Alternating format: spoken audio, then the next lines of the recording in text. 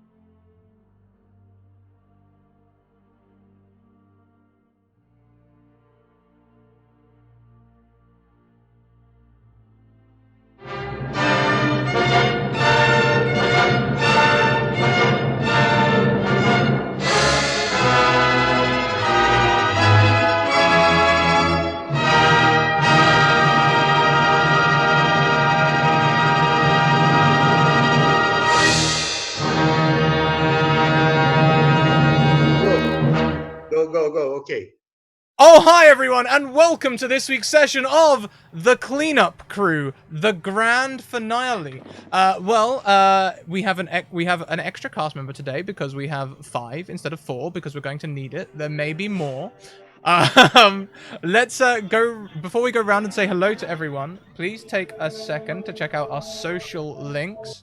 You can see our Discord, Twitter, and YouTube there, where you can come and be a part of the community. You can be a part of the community. Send me a DM, and I will get you a game on Twitter. And if you want to go and catch up with all the other shows in the season, go and check out YouTube, where you can see all of the videos in a playlist there. Also, go and retweet the tweet. Let everyone know where you are and what you are watching. We very much appreciate it. I believe that's the right tweet. Let's double check that. It's not. I'll update that in a hot second. Also check out our sponsors, Mage Hand Press. I'm getting some music feedback from someone, quite loud. So please check out our sponsors, Mage Hand Press, who create third-party content for 5e.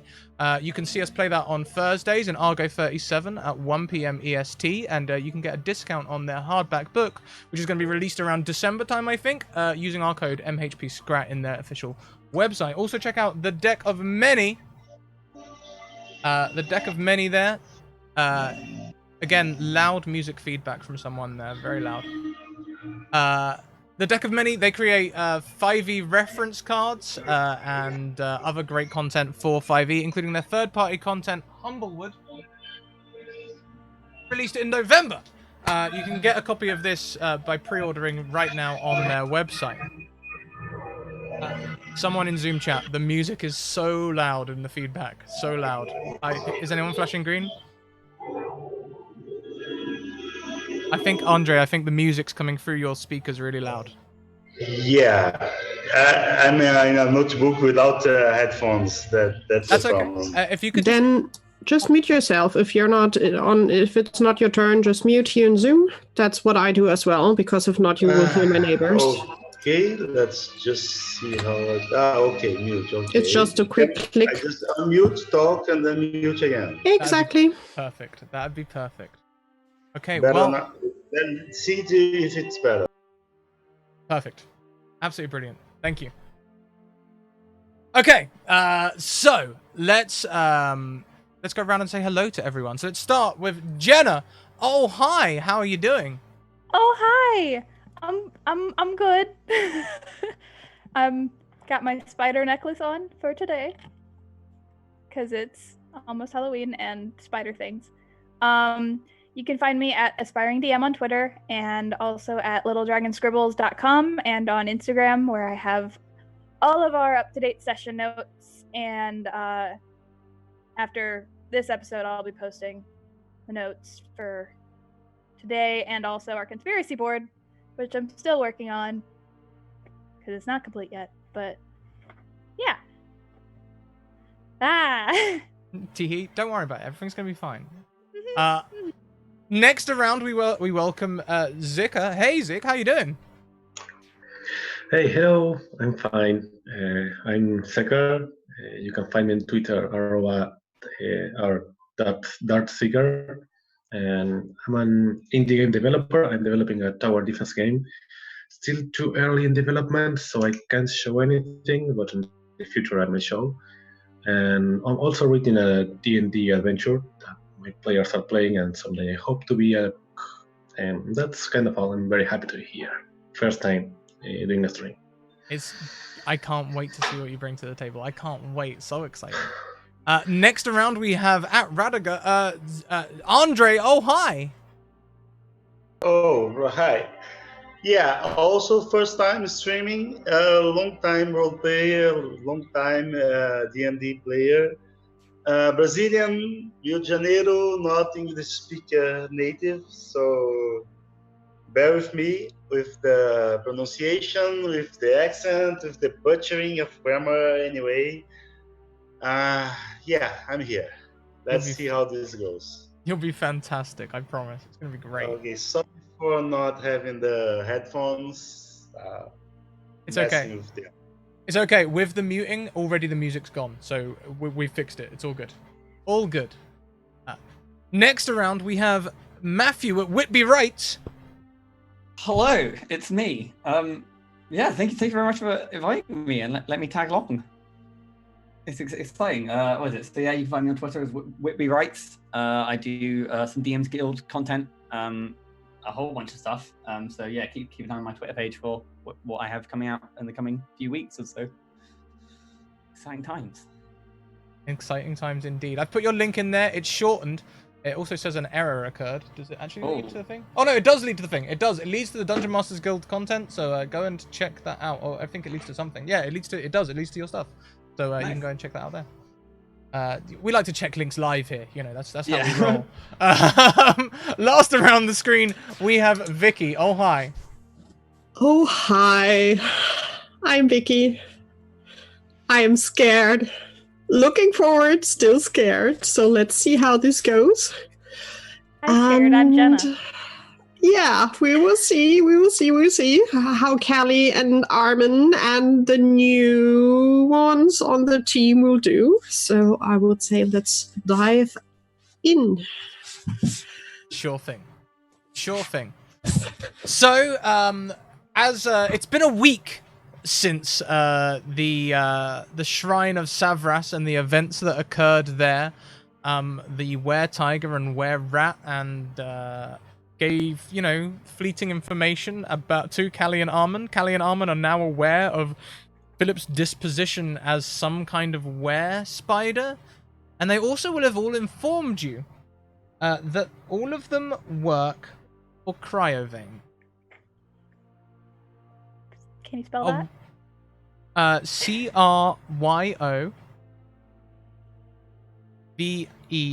I'll put it in chat. Thank you. Cryovane. They all work for Cryovane, a white dragon who decided to give equal opportunities to monsters some time ago.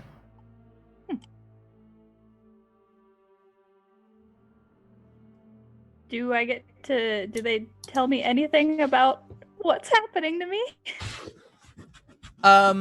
They say it could go either way. What does that mean? Best to just eat lots of fiber, do exercise, get plenty of rest. They just give you good life advice.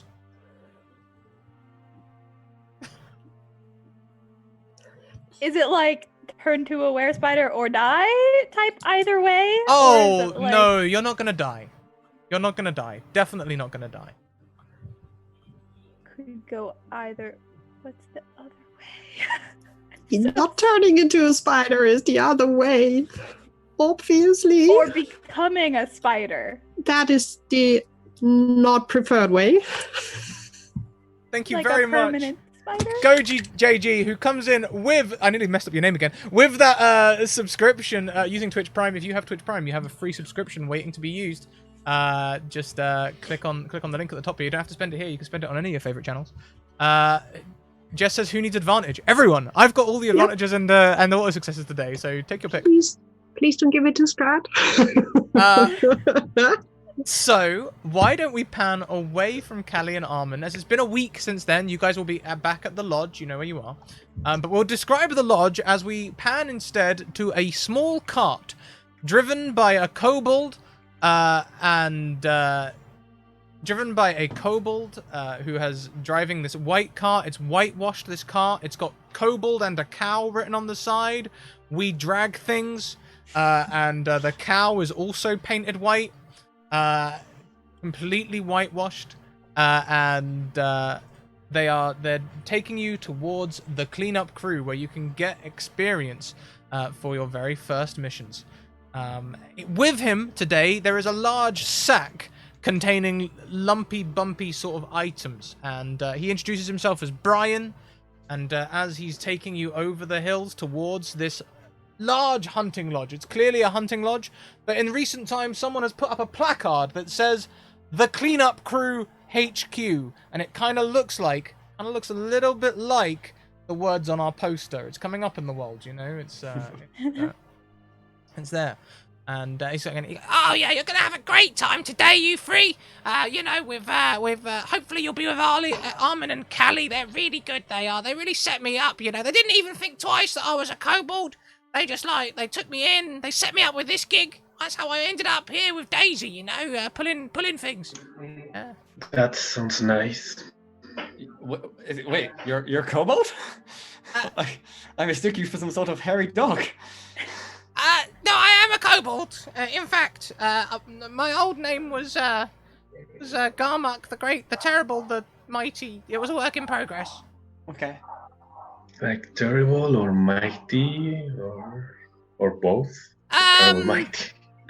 Well, I guess really the underachieving. I didn't really do much with my time as a villain. I mostly got one job, or I tried to do one job, and they turned me into a man with a kobold with a cow, which honestly, it's just been going up from there. I've been making a load of money. I've got contracts all over the city. My son's doing well. He's going to college. It's great. That sounds nice. Yeah, he's gonna try and be a wizard like his mum. Well, I wish the young chap the best of luck. And as the cart turns into the forecourt of the cleanup crew, what will Callie and Armin see in these three characters, Spike, Mr. Tepworth, and Nathaniel? What do they see as you step off the cart? I'm a tall, skinny, blonde hair elf. I'm wearing mostly brownish clothing, kind of like adventure clothes that I got a week ago. Like all my gear is new, zero experience. I have 3 books with me, and a long brownish cloak. Nice. And beside him is Mr. Tepworth, who is a 6'3" half orc. He wears a really kind of lavish waistcoat, and he has a white shirt with the sleeves rolled up, just to sort of up to his elbows, very sort of professional. And he is walking with a cane of sorts that is sort of thicker towards the top end than the lower end, and he sort of holds himself with a sort of noble pomposity. I think that's the best way to sort of describe it. Thank you very much to Sphinx, who gives 2 advantages to everyone excepting me. Oh, thank God. So each of you have 2 advantages. These work just like normal D&D advantages. You can roll twice and take the higher. Does that mean I have 3 because I got one from Gojo as well? Yes, indeed. Okay. Yes, it does. I didn't catch that, but yes, you have it. And how about Spike? How does Spike look stepping off the cart? Okay. Spike, you see a small, almost a child. He looks like a scrawny, red-skinned tiefling with small horns, tail, and yeah, he doesn't look like he's belong here. He looks like he's just entered the wrong place. He's just okay. I came here to see what's happening. It's not look like he's belong. 2 other people step off the cart with you. They are both humans. They've bought their own feather dusters. We had a dropout there. Hopefully they'll be back in just a second. I'll just get a replacement camera in place. My phone stops freaking out.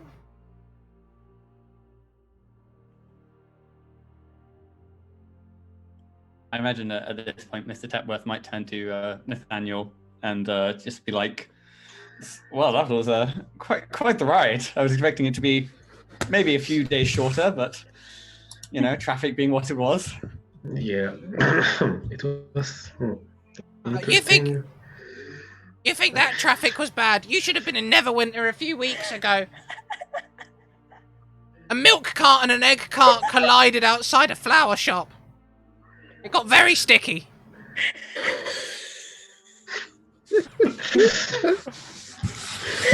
I drew that in my notes. Oh god. It all went to cake. These two people Mr. step off the car. Yes. They've bought their own feather dusters. They are wearing their own leather pinnies. All of their pinnies and their shirts are red. So red people. Oh, red shirts. A red rose. They I look didn't know like we were supposed to bring a uniform. Or... they look very generic. The first one looks like default option 1 on every game you've ever played, and the second one looks like default option 2 in the female skin of every game you've ever played. So we have John and Jane. Funnily enough, their names are John and Jane. Yes. John and Jane. I don't know why, but I have a strong emotional connection to this John.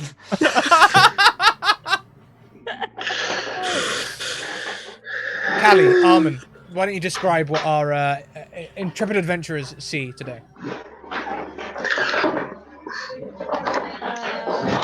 you want to go first?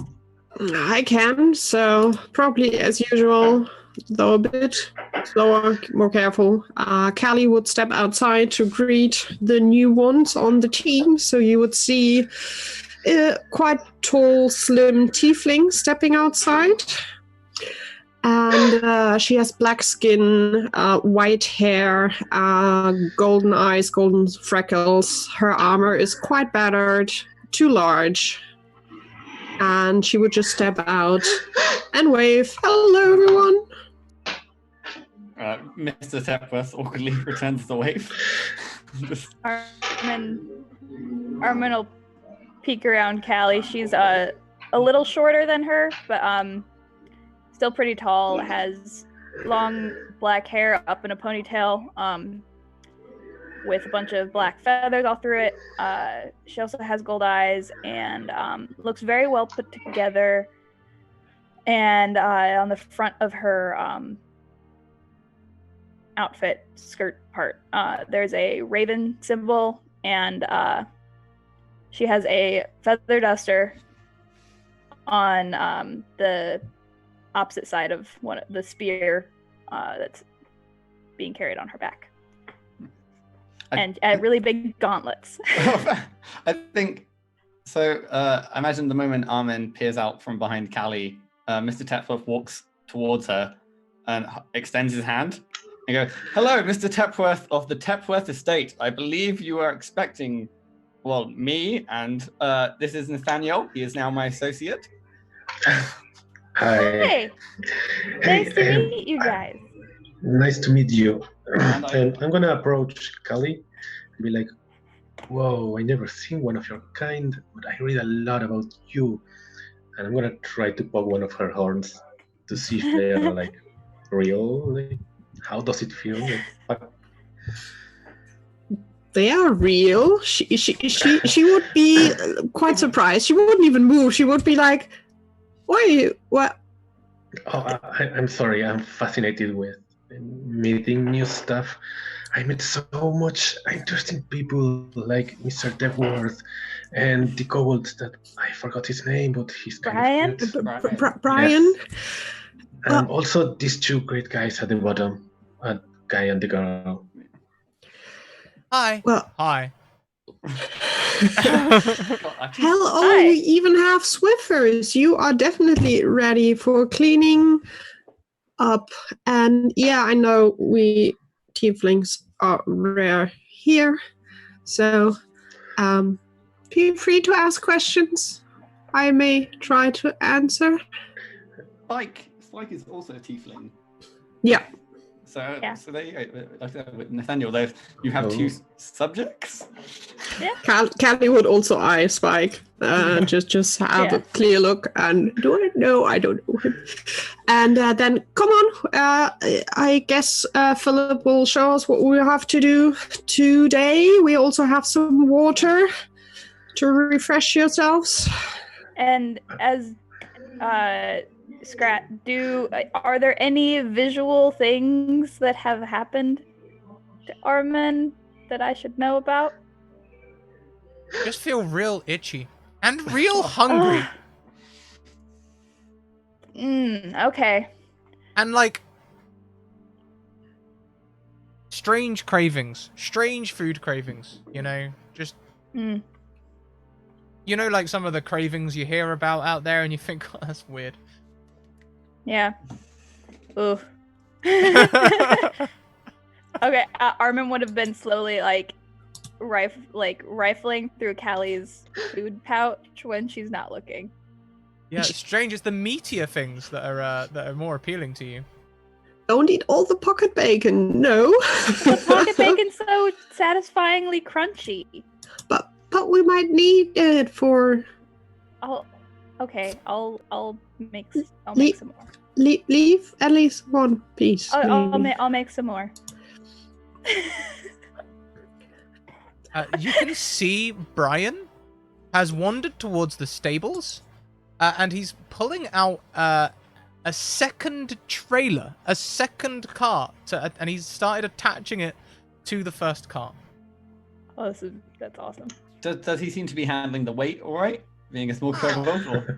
He's, as you look across and like he catches your glance, he's like, "Don't worry, this is literally my job. I'm very well paid. I'm doing great. I mean, if you want to help, you can, but I'm not going to pay you." I'm never one to stand between a man and a hard-earned paycheck.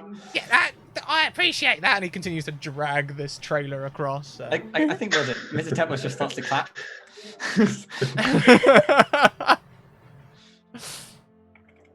Okay. Is Philip here?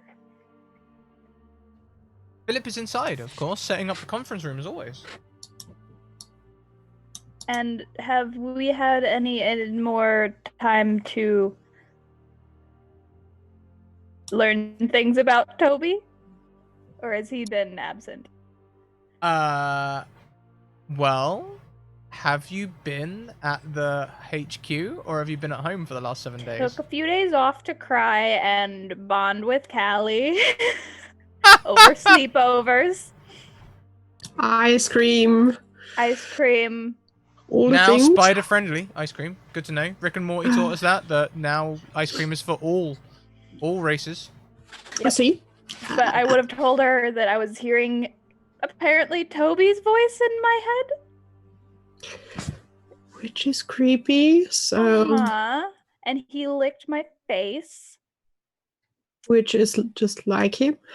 Yeah. Gross, but gross. Like him.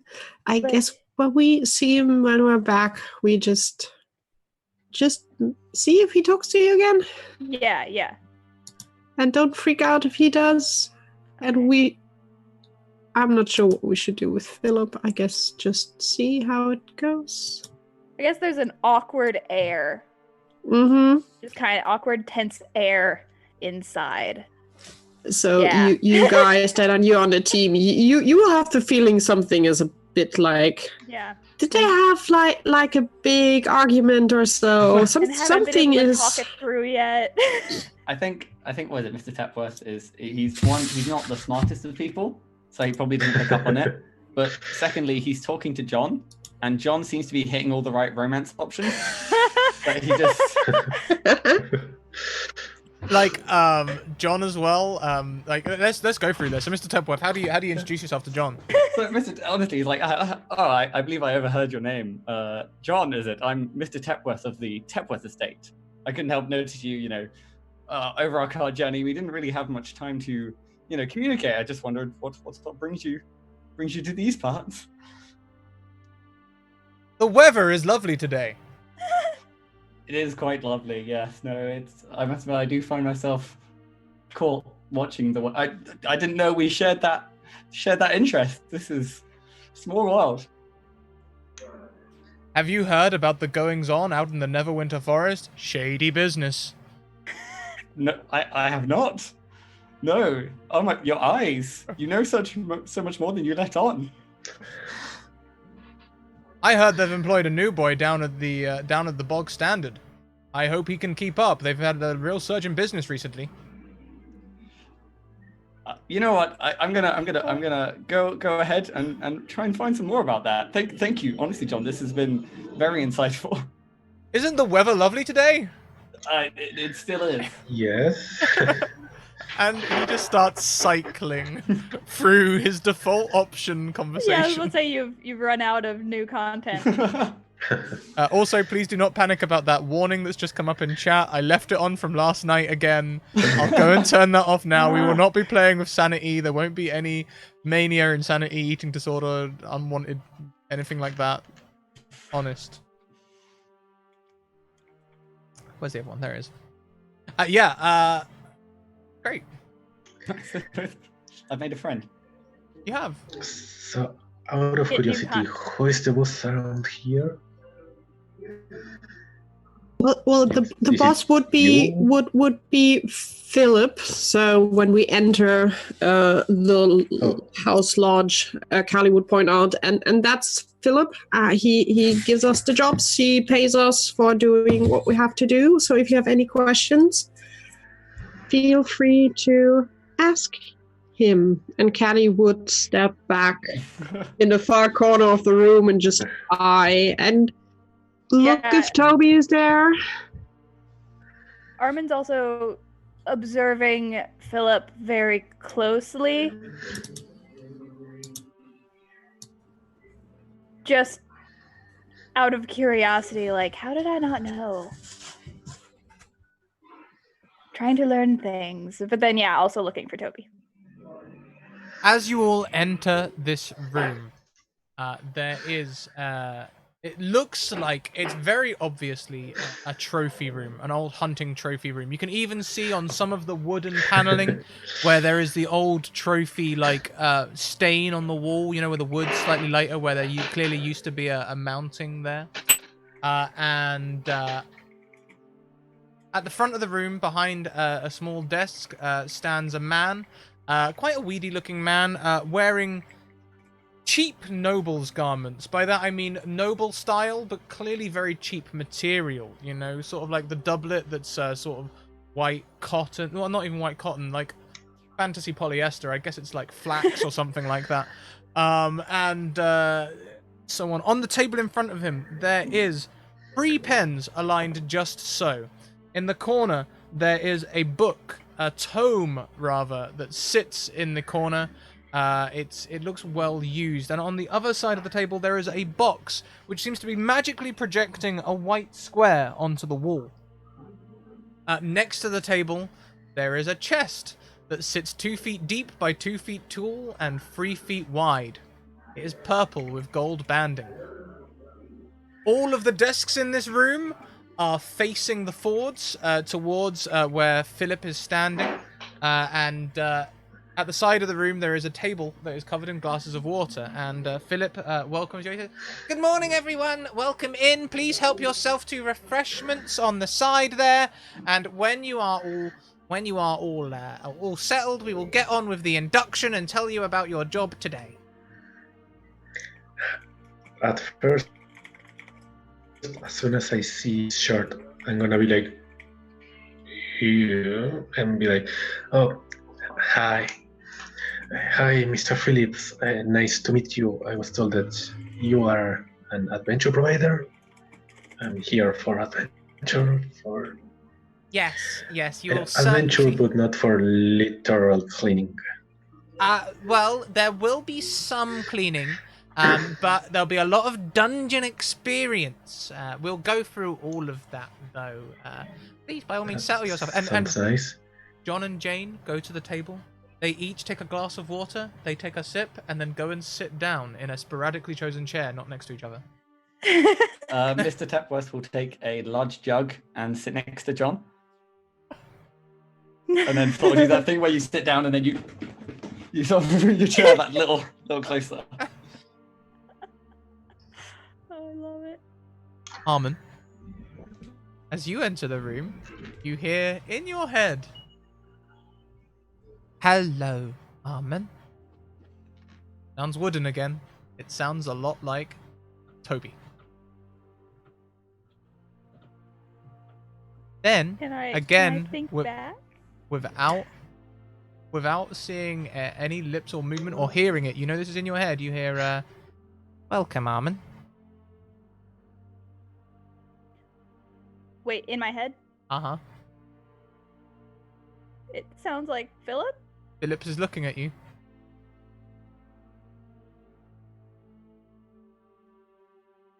Can I try to think back? What do you say? This is weird. You'll get used to it. Do all mimics talk in people's heads? No.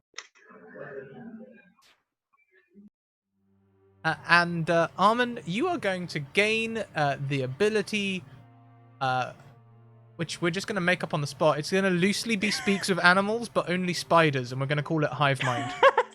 We're gonna call it what? Hive Mind. All right. Cool. Yay! Callie will probably notice Armin tensing up and just kind of looking like she's having a conversation with them, but not saying anything. Callie would look back and forth between them, but also having an eye on the new ones just to see if everyone is fine, if anyone is behaving weirdly. She's getting paranoid by now. So she's just keeping an eye open and just waiting for Philip to start. And Scrap, please tell me you didn't send the spider that is crawling on the ceiling. Did one of my necklaces get loose? Thank goodness it's not that big. Then I wouldn't be as relaxed sitting here. Then I would be like, I would be right back. Time to burn down the house. Yeah, time to burn down the house. Kill it with fire. Well, when you're all settled, Philip. Oh, go on, Nathaniel. Seeing all this, I'm gonna be like, wow, there seems to be a lot of tension here. So I'm gonna introduce you to my friend, and I'm gonna a little black thing on my shoulder. Hi, she's Princess Sophia, and I'm gonna pet her. You will hear a loud and excited scream from Callie, who will be so quickly by your side that you're just like, how did she get there? And she'll be just like, oh boy. Armin's right next to her, like, oh,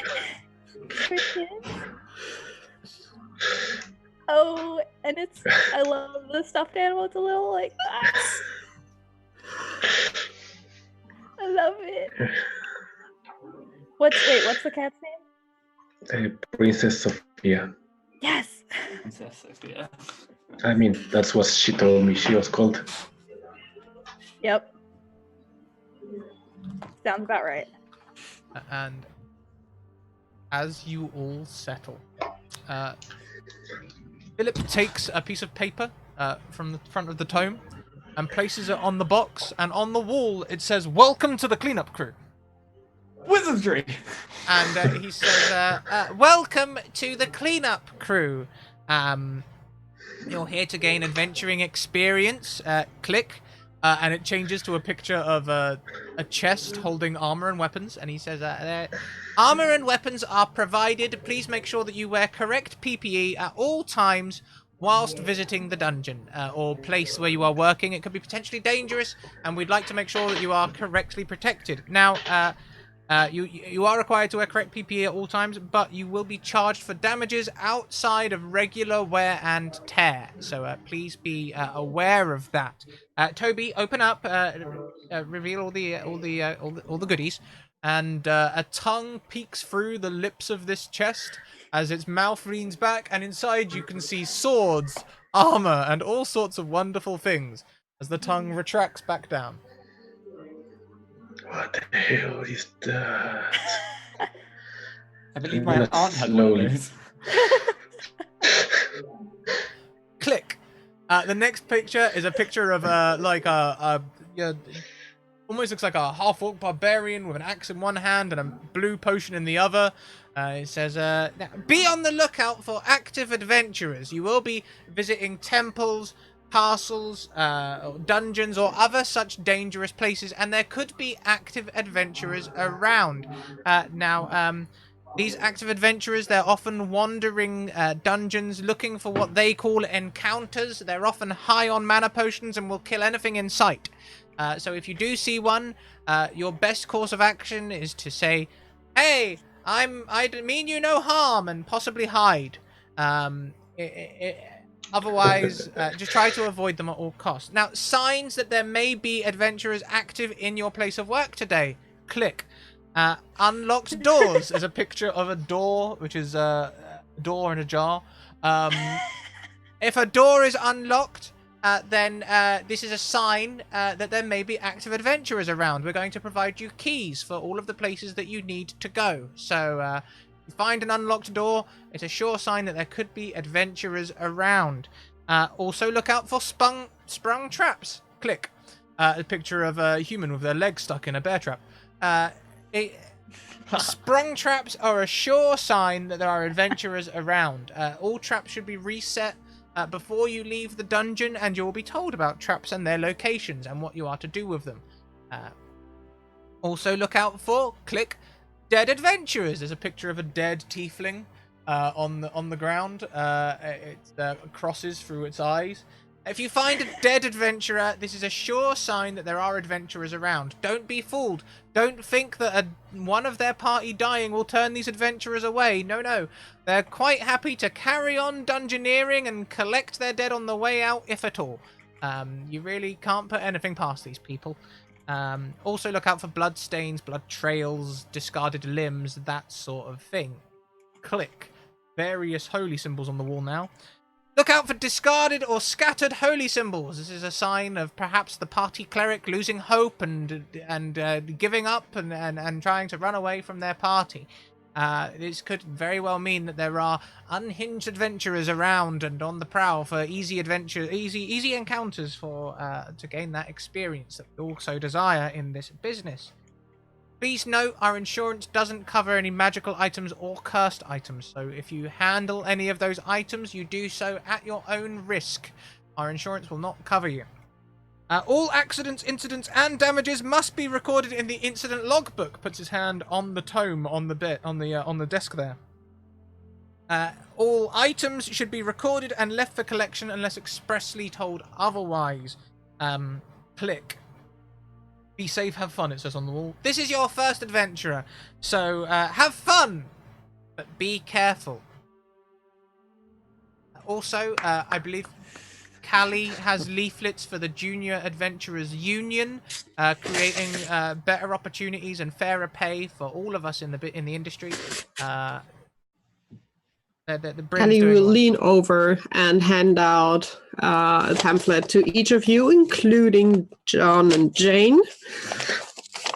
So if you have questions, that might be helpful if you want to go on more adventures than there's this one. When Jane takes it, she's like, "How can I repay you?" When John takes it, he's like, "I owe you a debt."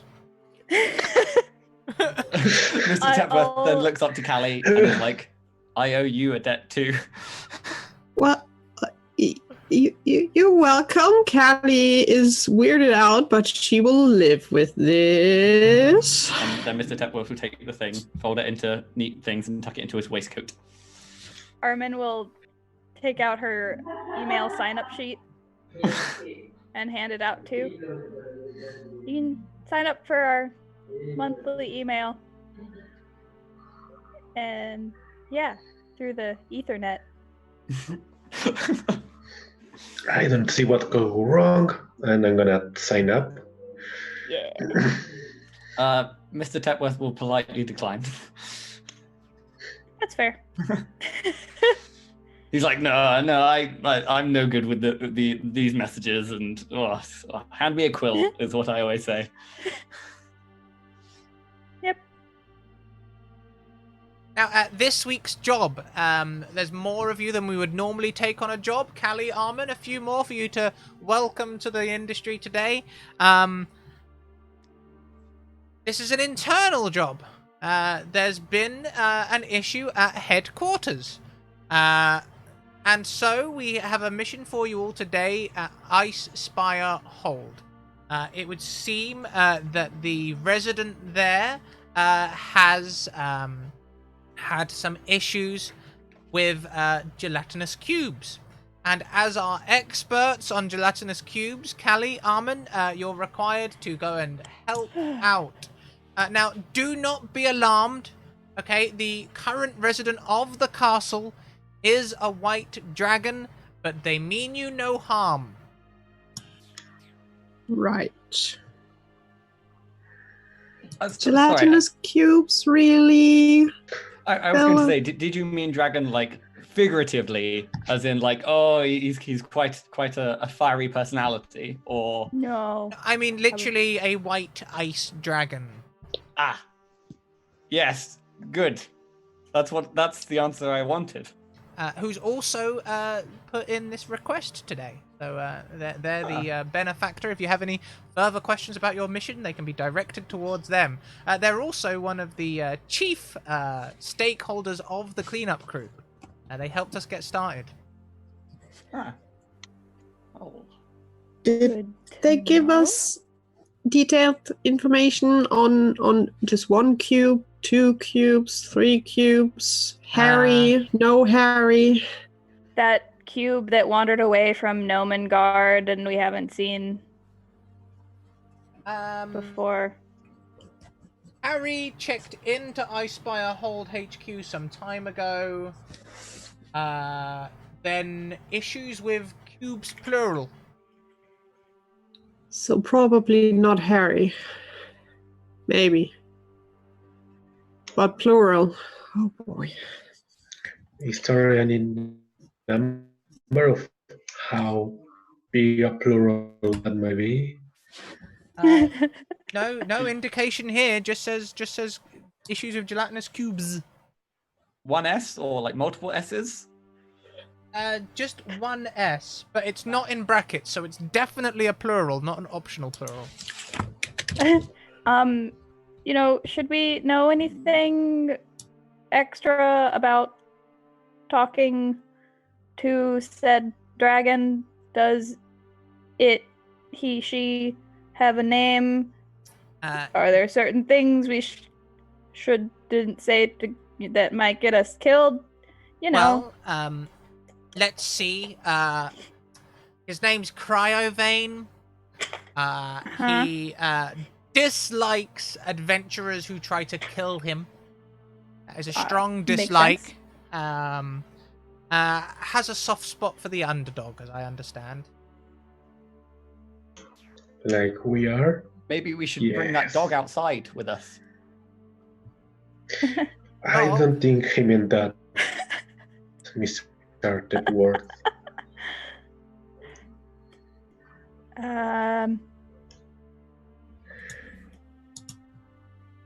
How far is the place we have to go? Does Brian take us? Do we have to walk? Yes, it's gonna be cold. Commissioned Brian. I'll be coming with you today, along with some other stakeholders, because we are going to take the opportunity to make the travel up to IceSpire Hold.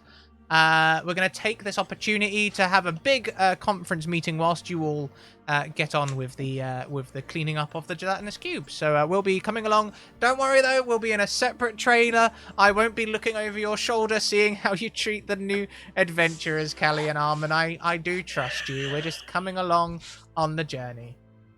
Great. How's the payment?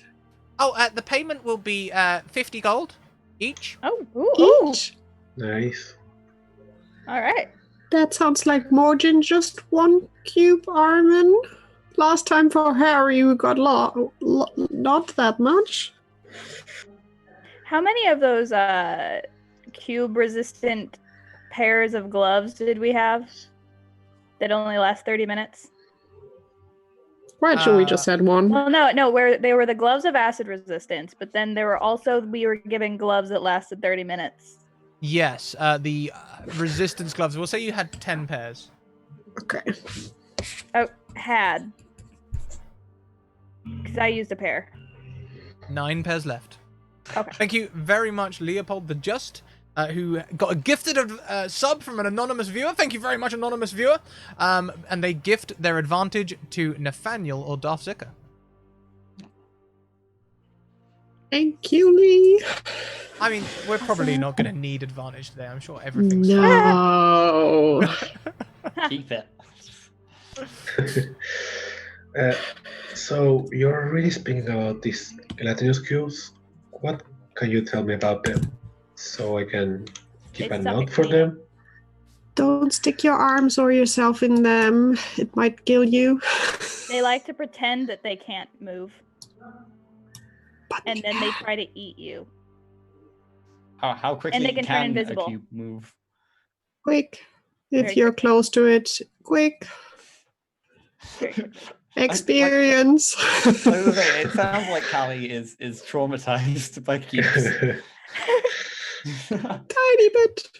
Yeah, you got attacked by the one that wasn't Harry, who was invisible, and then Armin got pulled into Harry. Yep. When she was trying to, yeah. So cubes can also turn invisible and hide from you. Also, They are. sorry, that's it. forgive my ignorance, but you seem to be referring to Harry a lot. Is this another adventurer or like a coworker that we? I guess you could call him a coworker. He is kind Is of he like a dead? coworker. He is a cube. Ah, They So send what- him in if they need. He really Cleaning. sucks at cleaning ceilings. Anything above 10 feet. But he likes to eat dead stuff, so that's And alive stuff. handy. who doesn't? Never looked at it that way. Yeah, I'm not one for eating live things, but That- normally the things I eat. Either way, I'm Yeah, excited. you know I'm what? excited to That- meet that's- Harry. That's a good point. fair. Yeah. Just be careful and let's see. So if you find spaces up there, Philip, is it usually dusty in the IceSpire hole? So can we see where Cube went along? Cold. We often send adventurers to clean IceSpire hold. We usually send higher level one. But you were specifically requested because of We your aren't experience with the cube. And they, you know, it's a general spring cleaning job. Once a year, we go and get up all the dust. Cryovane doesn't really use much of the hold, to be honest. Bit too big, but he likes to have it. So we're not. Are we cleaning or are we just gelatinous cube wrangling? It just says about sorting out the gelatinous cube issue here. No. Okay. Although I have heard that Cryovane would like to have a specific word with you, Armin and Callie. Okay. Great. Could mean big things. Do we have like cages again, like Harry had, where we can put the cubes in? Yeah, we're capturing or are we like? Because we never fought them, we always just captured them. By all means, if you want to take Harry's cage, you can. We should maybe. Also, But the only mop- one fits in there. the mop and bucket made it back from the church safely. They seem to work successfully. So, We could use I the look bucket, for how it's Armin. being stored. Armin, Where is it? as you look in the storeroom, the mop is above the bucket.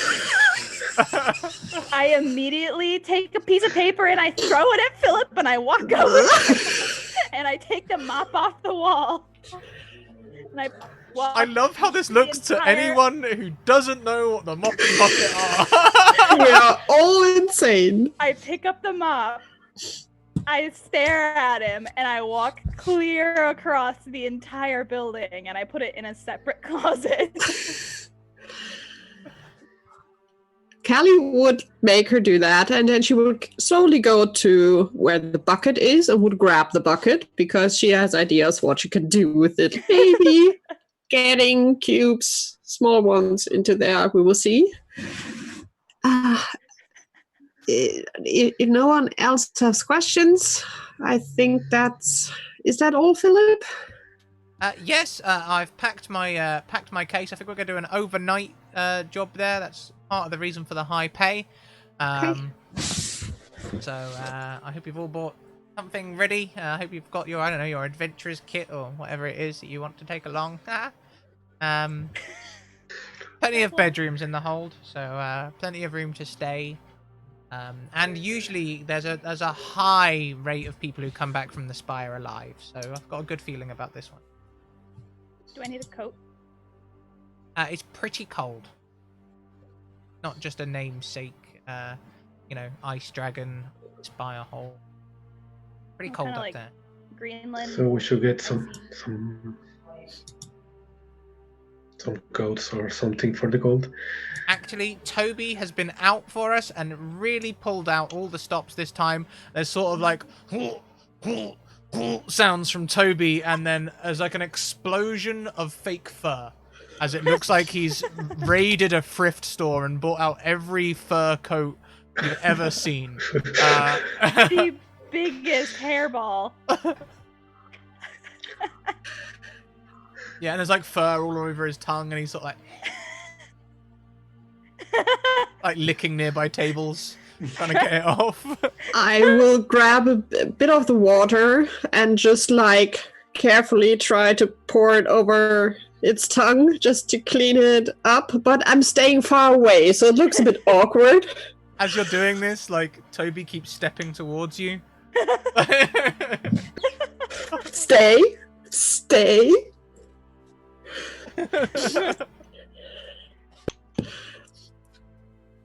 Yeah, I think what was it, Mr. Tepworth might wander past John, who he's having a conversation with, over towards Nathaniel, and just sort of lower his voice a little bit to just like, is this normal? This is definitely weird. Welcome to the cleanup crew. Where did we get Mr. The Word? This is weird. I mean, most of But like I said, coming from the Tepworth estate, we normally have people that handle this cleaning, and I'm only here to be community outreach sort of projects. So I like I said, the fact that you're saying it weird feels validating. We'll keep an eye on it, and then just does that sort of thing, and then turns back to the group. Just for future reference, Armin will be leaving passive-aggressive post-it notes near the mop and bucket. The more they get stored like that. Just like, please remember to not put it there. It's like, hey guys, it's pretty serious. Don't leave the mop above the bucket. They'll just get more and more passive-aggressive as it continues. Philip has dressed up, ready for the expedition. This hat! Oh boy! Hat, though. Oh boy! Callie would would pull the coats apart and just hand out one to everyone, and she would put her. What is it? Would it fit on top? Her cloak she would throw over it, and you guys would see the cloak is turning. How it looks, it was like grayish, and now it looks like snow. And then it will go back to normal. I think Mr. Tepworth might he'll take the coat wherever you give him, and goes, actually, I've got the perfect way to deal with the cold, and he just unrolls his sleeves. And they go, perfect. Ready for the winter. Oh my god. At 1 second, John and Jane are holding the coats, and then the next second, they're wearing them. Nathaniel would just put up, try to find the best coat that he likes, and put it in front of everyone. Like, yeah, that's it. Toby's done a stellar job. Any kind of fur coat that you can imagine, it's here. Armin will consult Callie. It will really keep away from Toby, like freaking out that the. Oh. The cover is speaking, but not possible. Oh, you froze for a second there, Zika. Are you back? Not sure. He's still frozen for me. Now he's moving again. Welcome back. You froze for a second there, Zuko. You're back now. Yes, sorry about that. That's okay. We missed what you said though. I have no clue. It's all good. Sorry. If your internet's lagging, try closing Roll20. We can roll for you if needs be. Usually that takes up a lot of bandwidth. All right, I'm done. See how it goes. Seems better. All right, sorry. You're all good. And so Philip heads outside. On that last trailer, Callie, there is a familiar-looking were-tiger and a familiar-looking were-rat. Callie will, the moment she steps outside and sees them, she would just freeze. She would just stay put, probably. I could imagine Armin just like running into her because she was not expecting Callie to just stop. And then Mr. Tepworth into Armin and then Nathaniel into And on this occasion, they are actually in human form. That's good to know. And oh boy, another cute. No, I'm not. My hat would fit over this. All right, I've got to go grab my hat. Do that. Meanwhile, Jenna, you missed that on the second wagon, our were-tiger and Mr. Don John, both in human form, are there. Callie froze, you ran into her, and the others into you. Oh, goodness. They're in human form. Yeah. Armin's just gonna peer skeptically at Pounce. Pounce D. Leon. Callie will take a deep breath and will go to the other wagon. We'll stare at them, but we'll move to the other wagon. Mm-hmm. They look pleased to see you. You know, they smile and wave amiably. I lean over to Callie. You know what? I don't trust him, Armin. I mean, it's probably fine, but I'm just very confused about the fact that wasn't the were-tiger extorting John and causing him trouble, and now they're working together as we've seen last week. Yeah. It's just very confusing. As I said, I don't trust them. They are doing something I don't like it. Let's stay away from them, please. Okay. And Callie would motion to the rest. Would you like to make a history check? Remember that adventure? Remember some key details? You don't have to. You can stay in the... Sure. Give it a try. Oh, wow. Oh, no. What did I Well, roll? You rolled a 3. You remember nothing. Callie, you might remember that you all went into that dungeon with a very we don't negotiate with terrorists sort of attitude. And you might remember Pounce de Leon saying, you should speak with Don John. He did. He'll understand. He did. He knows what needs to happen. We didn't want to believe him. Yes, he said, tell Don John the terms have not changed. He was an associate of the were-tiger.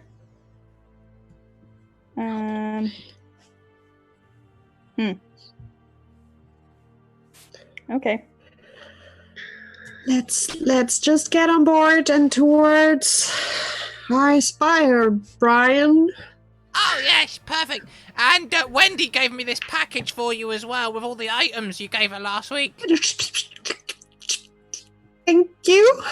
Oh. And Callie will just grab them and put them in the car, just like trying that Philip did not see it. We really need like a shared pocket dimension. And we need So we to tell just keep all our Brian that he extra needs to keep it low. Let's go, guys. Motion to Mr. Tepworth and Nathaniel, just like, come on, join on. I think Philip, are you going with the others? All right. Yes, I'll give you your privacy. Thank you. Onwards and upwards. Callie John, would just sit with the package on her lap and will not move. At least until they start. John hops on the back of the cart like, time for another adventure. And Jane hops on the back of the cart and goes, time for another adventure. Would there be room for Mr. Tapworth to wiggle between the two of them? Oh yeah, definitely. Yeah, he'll just sort of... And in this cart, there are like bed rolls and things like that, and cushions. It's been made to be comfortable for an overnight travel. So you can. Corner is Armin's nesting spot. How long are we going to be traveling? Do you know? To get to IceSpire Hold. It's on the east spur of IceSpire Peak. So it's a bit of a way. It's a bit of a way. It'll probably take us it's probably going to take us most of the night, I think. Should arrive there early tomorrow. All right. And you have time to get to know each other then. Let's play I Spy.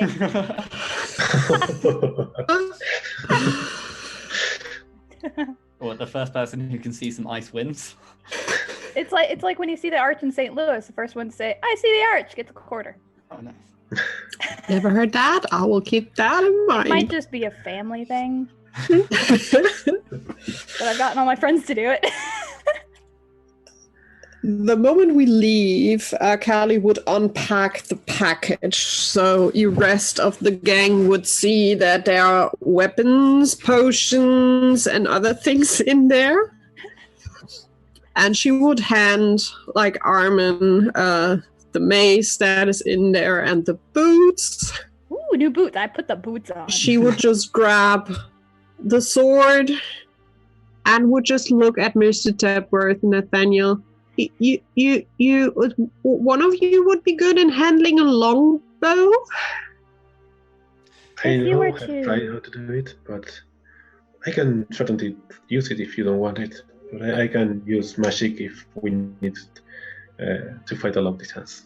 There's like a little tag on it, tied with a string, looks a little bit like this. And on the back it says magic item, and on the front, in Wendy's handwriting, it says... this magic longbow was crafted by elves. It will give a +1 bonus to attack and damage rolls. Minor property. Whilst wielding the longbow, you can use an action to learn which way is north. Huh. All written on a little thing from Wendy. Gotta love Wendy. Callie would hand it out then to Nathaniel. Because if you guys were to put like an arbitrary name to what you can do, say let's call it a class. What would you be? If I were to put myself in a class, I would say nobility. That's a valid point. I hope that helps. And then he's on gestures to his very extravagant waistcoat. That helps enormously. Dear Mr. Tepworth, was that right? Yes, Mr. Tepworth. Would you like a short sword that is also a bit special? We don't need it. Weapons aren't really my sort of thing. I only have my, and then he taps his cane. Just in case, maybe you need it as letter opener. Oh no, honestly, this cane, this can handle most things. Do you do a lot of magic? Me, no. I'm a simple man. Okay. Do you like to hit things with your staff? Occasionally. Punch things? I mean, like I said, I the way I see it and stuff like that, my father and my mother, they both taught me to, just try and remain calm in most situations. Okay. That's a very good philosophy for life. I was a very bad child. Then Callie would hand the short sword to John or Jane, whoever wants to take it. Just in case. For Jenna's own notes, what classes are you guys? Oh, sorry.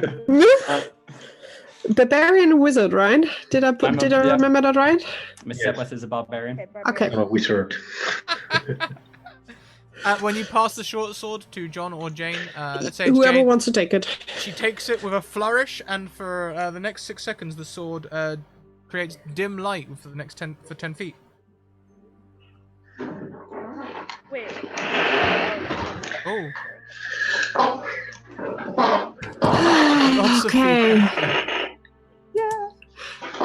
And then we have a healing potion for each of us, and Callie would just hand out normal, regular healing potions, one for each, and Callie and Armand will grab whatever is over. Thank you. Thank you very much. And Callie would also... Well, that would be something to our god. We have an axe that has special things. We can't merge that with Mr. Tepworth's staff, could we? Probably not. You have a battle axe, and Mr. Tepworth has a staff. Okay. We Then need that community pocket dimension. We can just store it for later. Callie will take it for now. I think it was a good idea to have a backup weapon. I carry 2 swords because backup. Callie has now 2 axes and a sword, so she is full weaponized now. Everyone has a spear, a mace, and a maul. Just While you're I holding have my walking stick. While you're holding that mace, you've realized that your voice carries clearly for up to 300 feet. whoa. That might be useful if we need help, Armin. Well, I suppose it's only useful if you can turn it off. I turn it off. It does And turn then off. I say like, it you're loudly. just waiting there like, Jesus. What? You can turn it off, yes. Oh, thank God. Would the axe do anything? It's weird. You feel like you may be able to understand and speak Dwarvish. You've always wanted to try, and you just feel like you can suddenly speak Dwarvish. Ooh. And personally, I always, in my headcanon, Dwarvish is a very Germanic language, so that's just beautiful right there. It fits. I know a lot of people call them Scottish, but I mean, come on. They're precise people who like beer and architecture. Then we'll see if Callie will use it. And Callie would have the long sword on her knees, just like looking at it, because it's looking really pretty. And what did you give to Nathaniel? Sorry, Nathaniel's got the longbow? Yeah. Longbow. One question, because I have no arrows. Do you have some arrows, please? Maybe? I guess that would be something that at least Toby could provide, normal arrows. It's amazing, Nathaniel, as you play with the string, just to test it, as you pull back, an arrow appears in your hands. See, this is a magical weapon. Nice.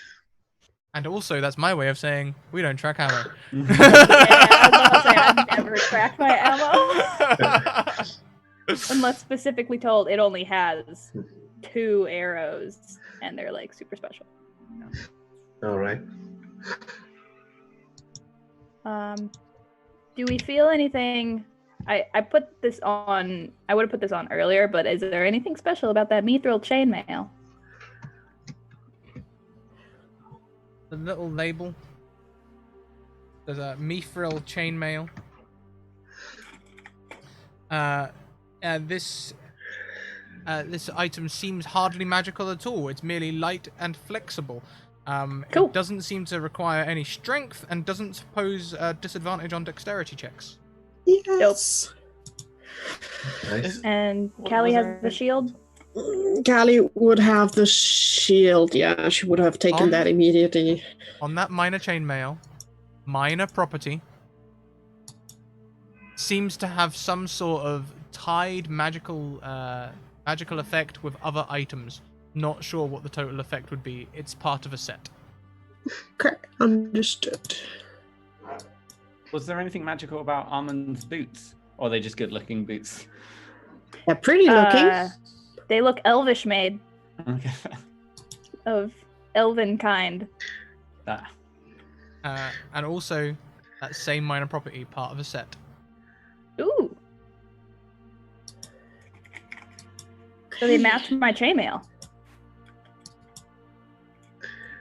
Do you girls happen to have any spellbook or spell scrolls in there?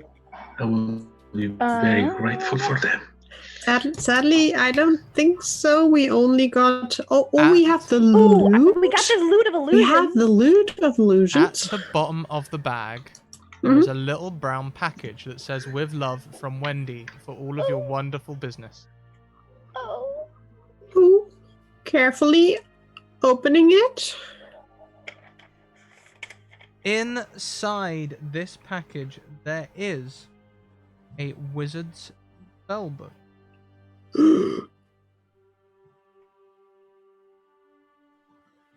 Give me a second. I think I'll take this one. I'm quite a fan of reading. I did it last time, so. There is a wizard's spellbook with a bookmark inside, which has a little label on it that says Wand of Secrets. This item will help you find secret doors. The spellbook contains the spells Blur, Charm Person, Comprehend Languages, Hold Person, Mage Armor, Sleep, and Spider Climb. I'll put all that in the chat for you. Thank you so much. That was too quick too. And Callie would just look at it and make like a whistle and would hand it over to Nathaniel. Maybe you do magic, right? That might be for you.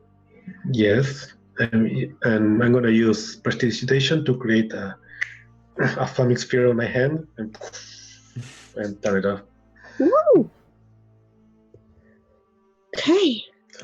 I guess we're settled. And guys, don't hate Philip that we gave you that stuff. You will not be happy about it. I am very happy. We just had it. These weren't stolen, were they? No, we got them fair and square through fighting through dead things.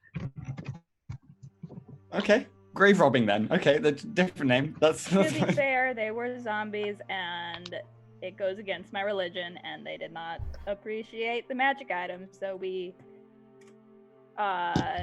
took them for repurposing.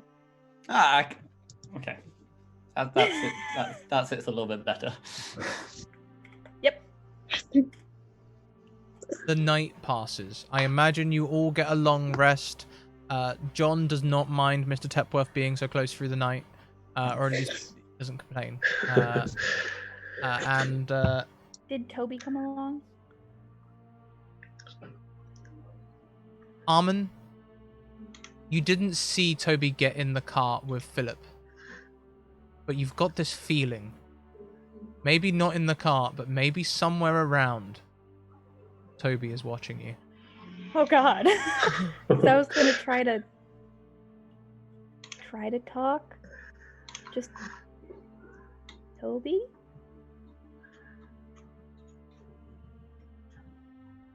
Yes. I didn't know if that would work. Where are you? Close. That's unsatisfyingly unspecific. That was a double negative. Alright, nah, whatever. Dang. How far away is the other cart? Oh, it's like right. It's attached right to there? your cart, yeah. Dang. You can see that Pounce has transformed into tiger form and curled up kitten pose to sleep. Making biscuits. Don John is leaning against him, and Philip does not sleep, stands at the back of the cart, facing backwards the whole night. I'll mind whisper or whatever to Toby again. It's like, how far away does this work?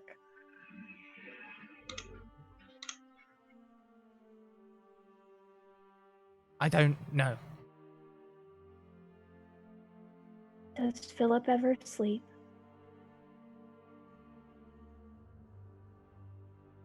Do you like the fair hat? Do you always answer questions with questions? Made that one myself. Oh, I love the fur hat.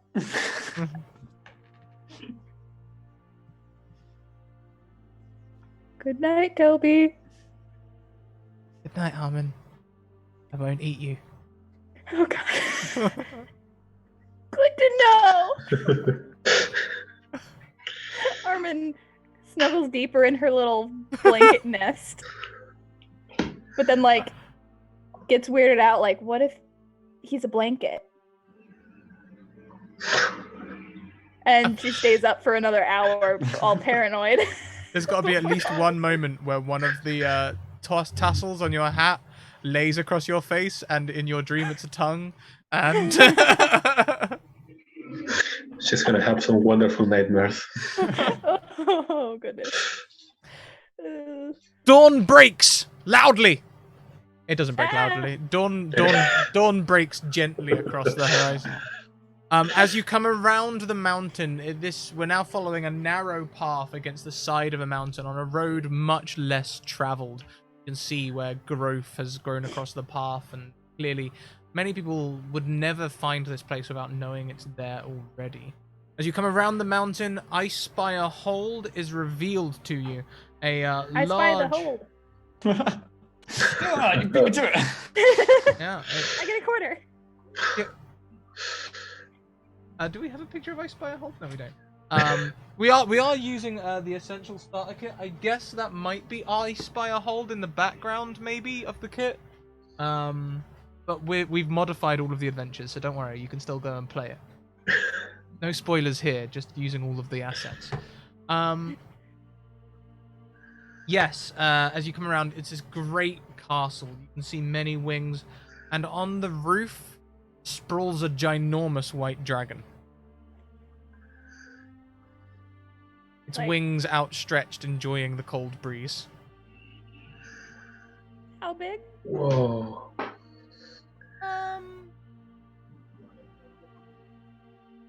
You would put an arbitrary size to it. I mean, Ability. the roof must be like 100 feet across, and its wings are nearly that length. I wonder if this is a bad time to mention that as a man who owns a family estate and one or like family who in the past who have owned castled, I have a inherent fear of dragons. You say this out loud? Oh yeah, no, Mr. Tepworth is he's quite honest. Well? Don't worry, he won't eat us. I hope so. See, that's the thing. The eating I'm not worried about.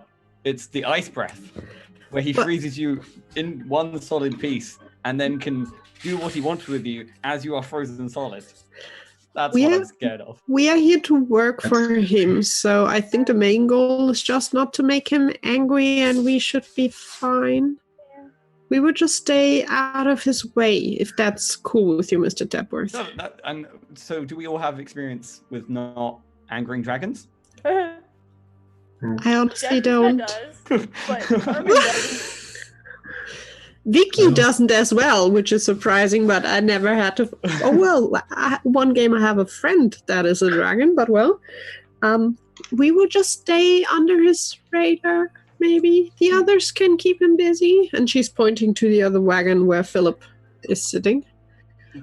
Or is he still standing? Standing. Or stands. Well, let's just hope that he doesn't fire us. And He'll by ice fire, us. I mean frozen. The white dragon, he can't fire us. Best tip for us: stick together, focus on cube task. Try to ignore him, probably. Just Ignore smile him and entirely. wave, and that's all. Island wave.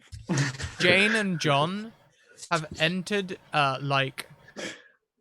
defensive mode. They've sort of crouched slightly and drawn their weapons. And when you look to them, they go, There is a dangerous creature nearby. No. Press X to get out of combat mode. Who? Is it Nathaniel? Hey, Mr. John, would you please watch my back? Or Jane? We are allies. You have my sword. No, you have your sword.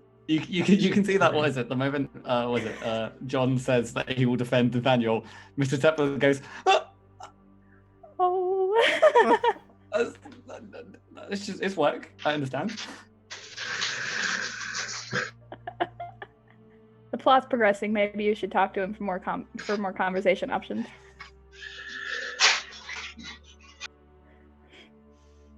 Jenna's extensive dragon knowledge is screaming at her, and I'm trying to ignore it. Because Armin doesn't know anything. Actually, can I roll to see how much I know about dragons? Sure. Yeah, anyone can make that roll. What type of roll?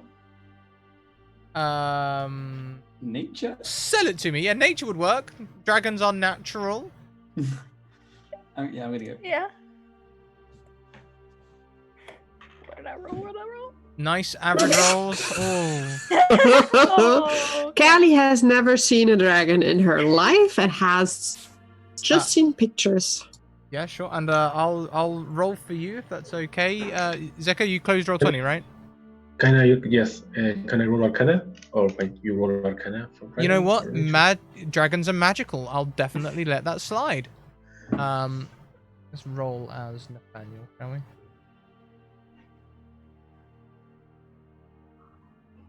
I rolled a nat 1 for you. Yes. I have no clue what a dragon is.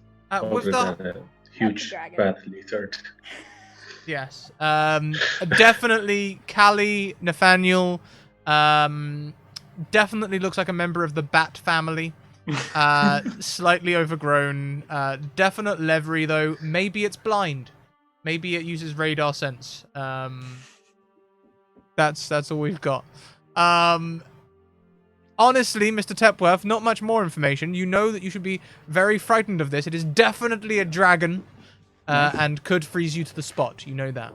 Armin on a 13, you don't know much more than that, to be honest. It's a dragon. There's lots of legends, but you're not sure which of the legends are true and which are fact, which are fiction.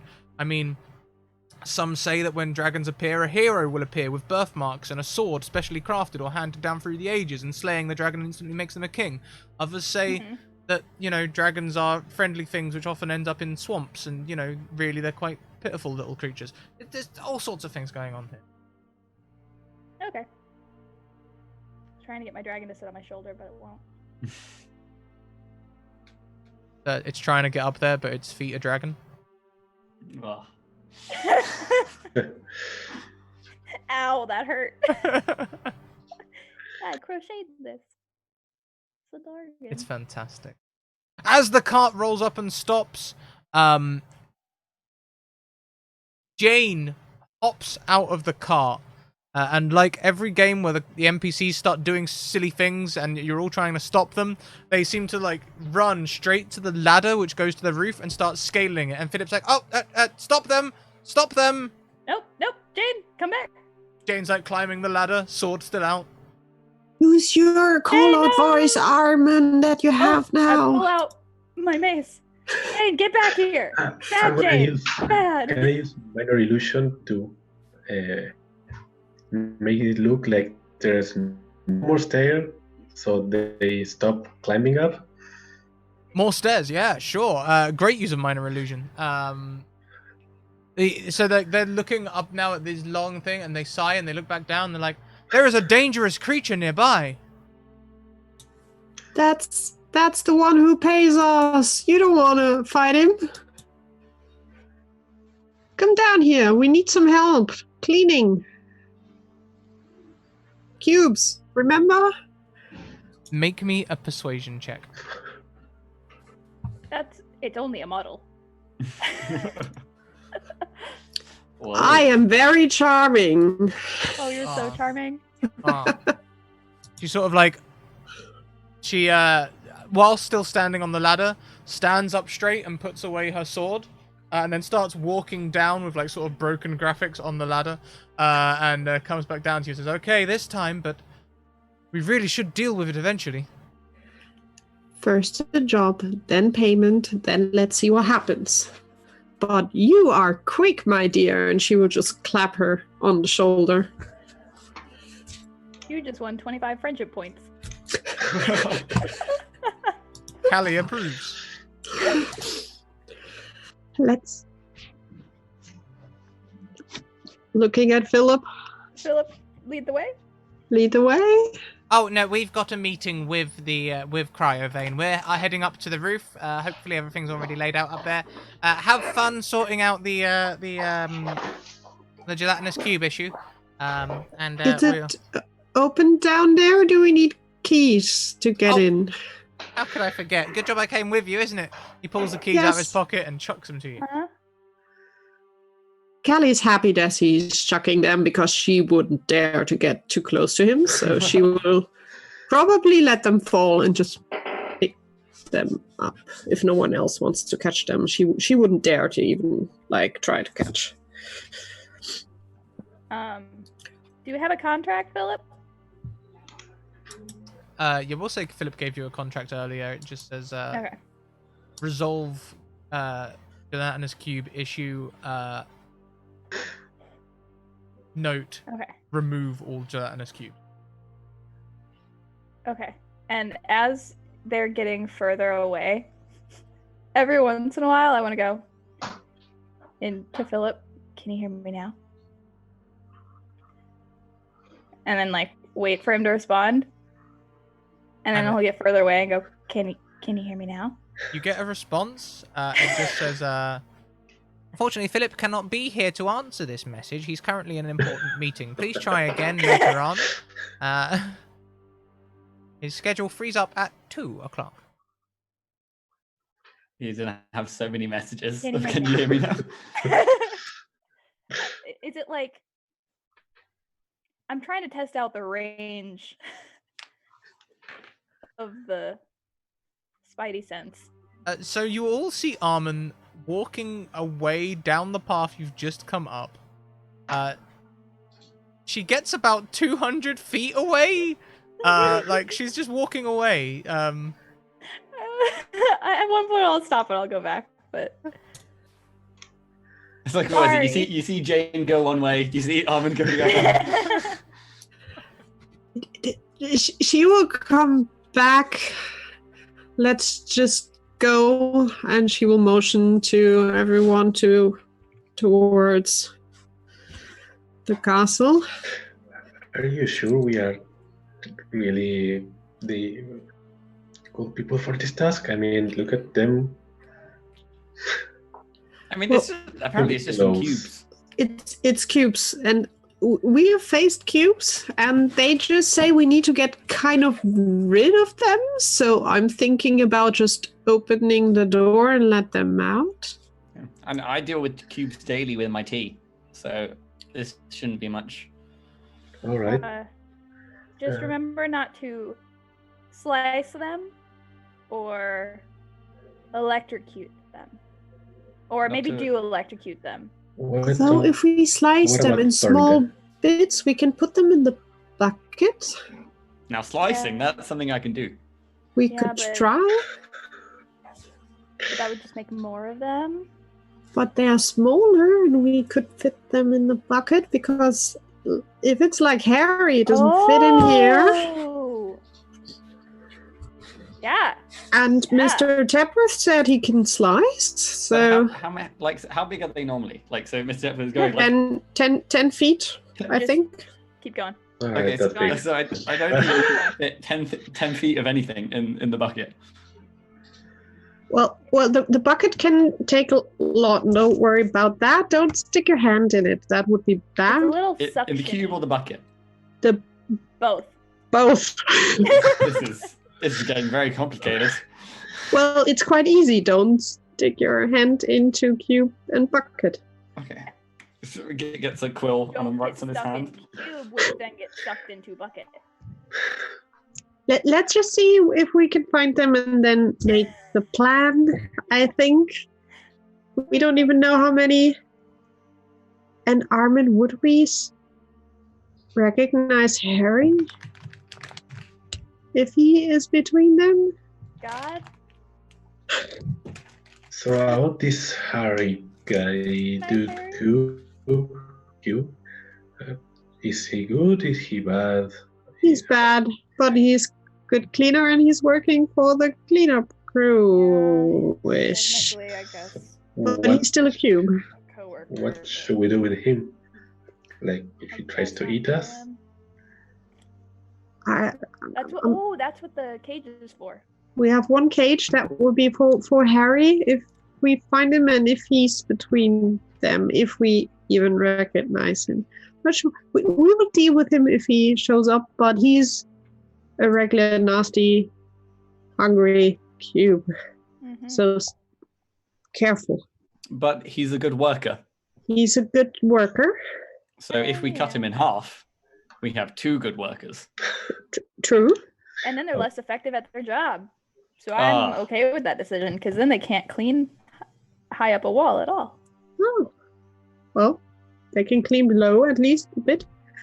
Just also keep your eyes open, guys. If you see extremely clean parts on the floor or at the lower part of the wall, that's a sign a cube was there. Mm-hmm. That might give us a hint to where we have to go. And I think by now we will probably be in front of the gate door thingy. So you have to pass through a small barbican to get to the main fortress. Okay. A what? A barbican, sort of like a fortress with arrow slits and all that. Oh, okay. It's been very much disused, and it has cleanup crew arrows inside saying "this way." Leads to a small, a reasonably large bridge that goes across the road you just came up, and this leads to a small gatehouse, which is of course locked. Before entering, I'm gonna tap on myself on my shoulders and cast mage armor on me. That's good thinking. Indeed. Mr. Tapworth is going to do the same gestures, but have no face. Trying the keys to open the door. After a short while of fumbling, you do manage to find the key that opens the door. Ahead of you is a great entrance hall, an audience chamber, if you will. There is a large emblem on the floor. Okay, it's about 10 foot in diameter. The emblem displays a shield-shaped crest with a black tower being struck by a golden bolt of lightning. The floor is spectacularly clean. It's so clean, and all of the furniture in here is not. There's a table which looks dusty, an armchair which looks dusty. The walls look kind of grimy. You can see where people have walked into it and things like that. The floor is spectacularly clean. Nothing else in the room is. Jane walks into the room. You're muted, Armin. Jane walks into the room ahead of you all, and immediately you hear a sort of like sound. Get back, you fool! Can I try to pull her back? Just like hand out and trying to pull her back on her fur coat? Sure. And I said when I was muted, I'm like, as just we're walking, just dusting as I go. If you step into this audience chamber, you too start to sizzle. Ow. Like hot sizzle? It depends. Or What do you all have on your feet? My nice boots. Oh dear. Yeah. I back out of the room. Is anyone wearing leather boots? Oh, the Yeah, I floor's me- lava. assume Mr. Tepworth would be. I will be too. Anyone wearing rubber boots? Rubber gloves. I have I can grab the booties from my bag. Yeah, But well, I guess those are like cloth. as you step into the room, about 1 inch up your feet, you can see heavy corrosion has occurred. Yeah, I'm gonna step out of that real quick. Can I look around real quick for a bunch of throw pillows that aren't in the room? Aren't in the room? Like, Literally, you've got your entrance hall. I'm getting some loud feedback from someone. Some sort. There's the entrance hall, and then this audience chamber, and the audience chamber floor is lava. Okay. You said there was a guard tower, right? A balustrade behind you, yeah. It looks very disused. Does it seem like with the amount of furniture between us and the other in the room, there is like a hop, skip, and a jump sort of thing? You could try I have that. a plan. It could. I have a plan. It would require, let's say, 3 successful athletics checks, DC 14. Mr. Would it help if Callie is resistant to fire? It's not fire damage. This is corrosion. okay. It looks like acid. Mr. Tepworth, do you think you can move the table and throw it on the ground so we can step on the table? As long as it lasts, the wood, so the wood gets burned and not ourselves? I mean, it doesn't look like the wood's burning, does it? I have a plan. Now that you look at the very bottom of the table, it looks like there's been acid corrosion on the legs. They look sort of withered. So it probably wouldn't hold in half orc's weight. I'm gonna. Is there any furniture back in that other section that we've gone through? There will be a ballista, an old, moldy-looking ballista. I'm gonna run outside real quick, look around for any freestanding logs. I don't know, like lawn chairs. Oh. Ooh. Are there any chandeliers in this room? There is a chandelier. Nice. We have an immovable rod. We do. And Callie would have her acid-resistant gloves out and would probably try if she can, like, bind them under her shoes.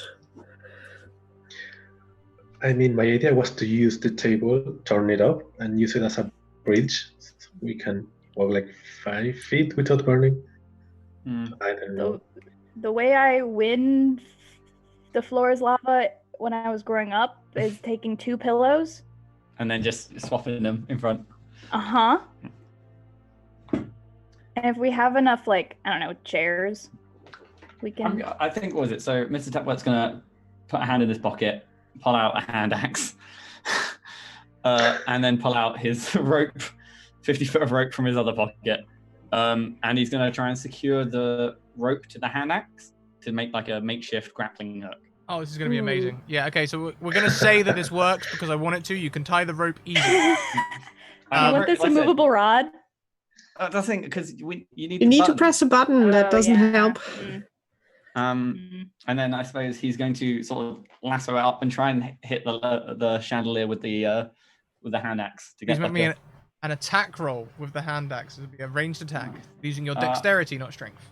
Oh, we're using my strength. So I'm just going to do a straight dexterity check. Oh! Yes. The axe wraps around a section of the chandelier, loops around the rope, and goes tight. Nice. So we have about, what is it? So it's a 50-foot rope, maybe 45 feet of rope, like a tug. How far away is the far side of the room?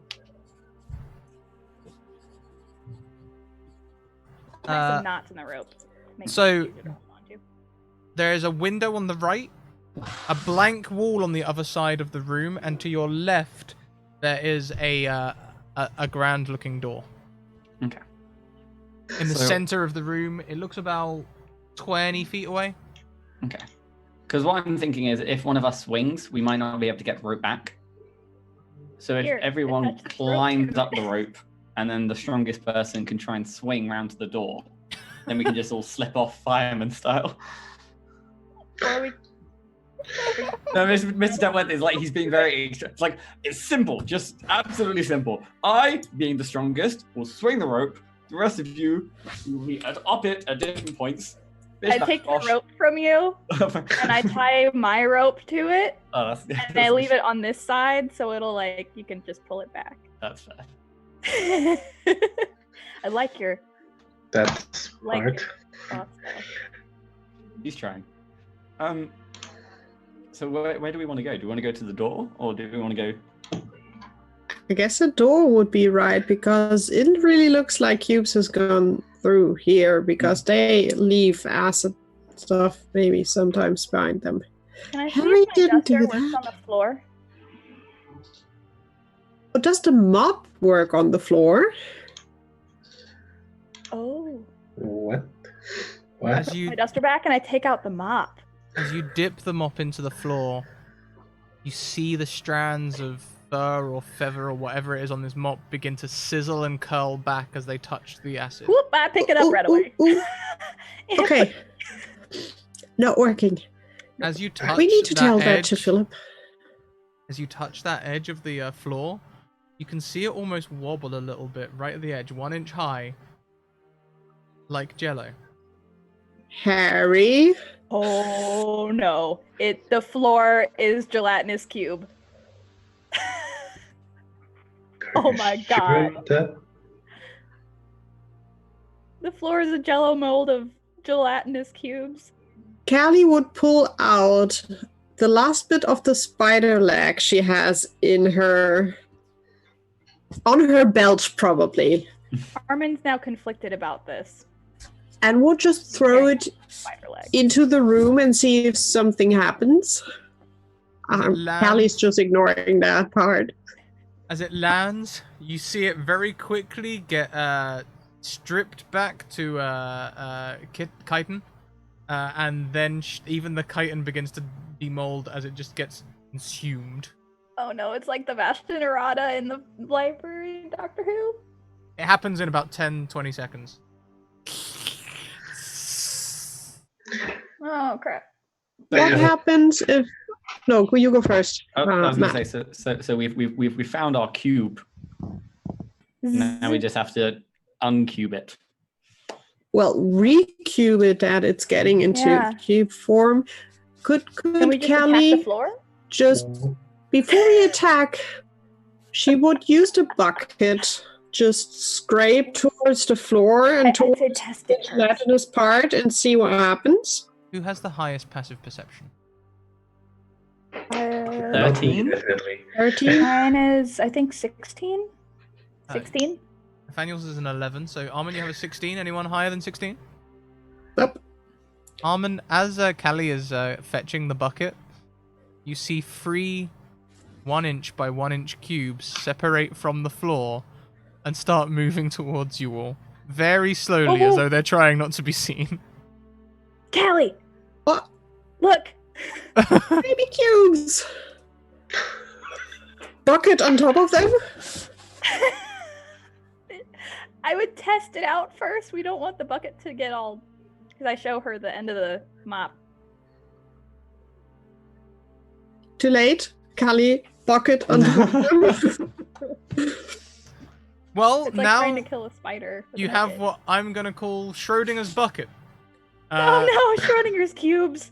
Has this worked? Who knows? We won't know until we break the probability sine wave and lift the bucket up. Like I said, this is like an character thing. Do we know that? Do any of you know that has it poking something magical in still burns? Well, the mop is magical. Oh, okay. The bucket as well. But yeah, bucket no, is I a- was So, wondering. Callie about Armin, that. you haven't explained the mop and bucket to No, Nathaniel we and Mr. haven't. Tepworth at all. They just I'm think so you're crazy. sorry. All I know Okay. is they can't be together, and right now I'm staring at them Okay. being in close proximity, and I'm like, So which one's which? One's a portable hole, and the other one's a something of holding. okay. It's basically like So- a duster mop of holding, so you can mop up how much you ever like in the mop and it stays in there, but We were told to never put them together. Armin doesn't know what will happen, but Jenna does. So. This is why I don't faff around. I hear with you magic. laughing. So, gesturing to the 1 inch by 1 inch cubes crawling out our feet. Yeah, there's 6 of them now. 6 Oh of them. gosh. Wow. And you can see a small section. You can see a small section of floor that is now okay. Can Mr. Tepworth ask for one of the acid-resistant gloves? Oh yeah, here. Okay. He will take it, and then he will kneel down and go, "Hello, little fella." Punch. Oh, make me an attack roll unarmed. I just have to do a. I thought you were just gonna grab them and put them in the bucket. Oh, that's a 4. Oh. On a nat 1, you punch it and the cube just envelops around your hand. So Mr. Tepworth stands. Huh. Take the glove off and put it in the bucket. He'll quickly take the glove off, and the bucket is upside down. The bucket is upside down. Callie would carefully try to peek under it and see what happens.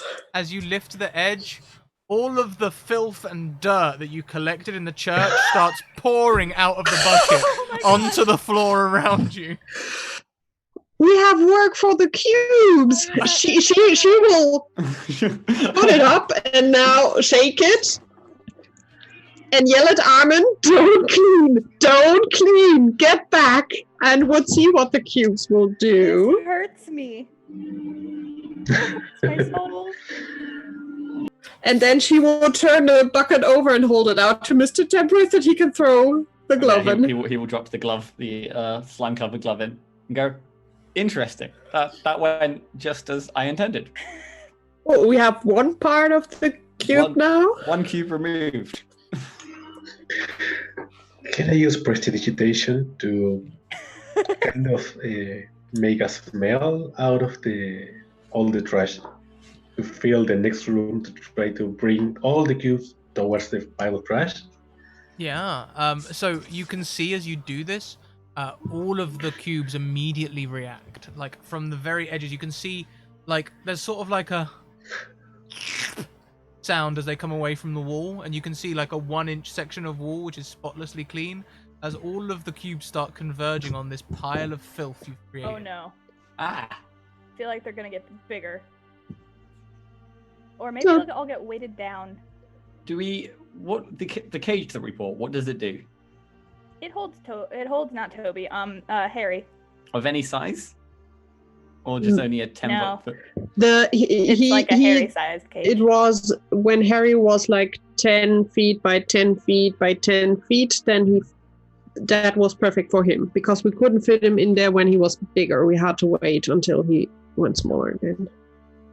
From the room ahead to the left, you hear someone go, "The cubes! The cubes!"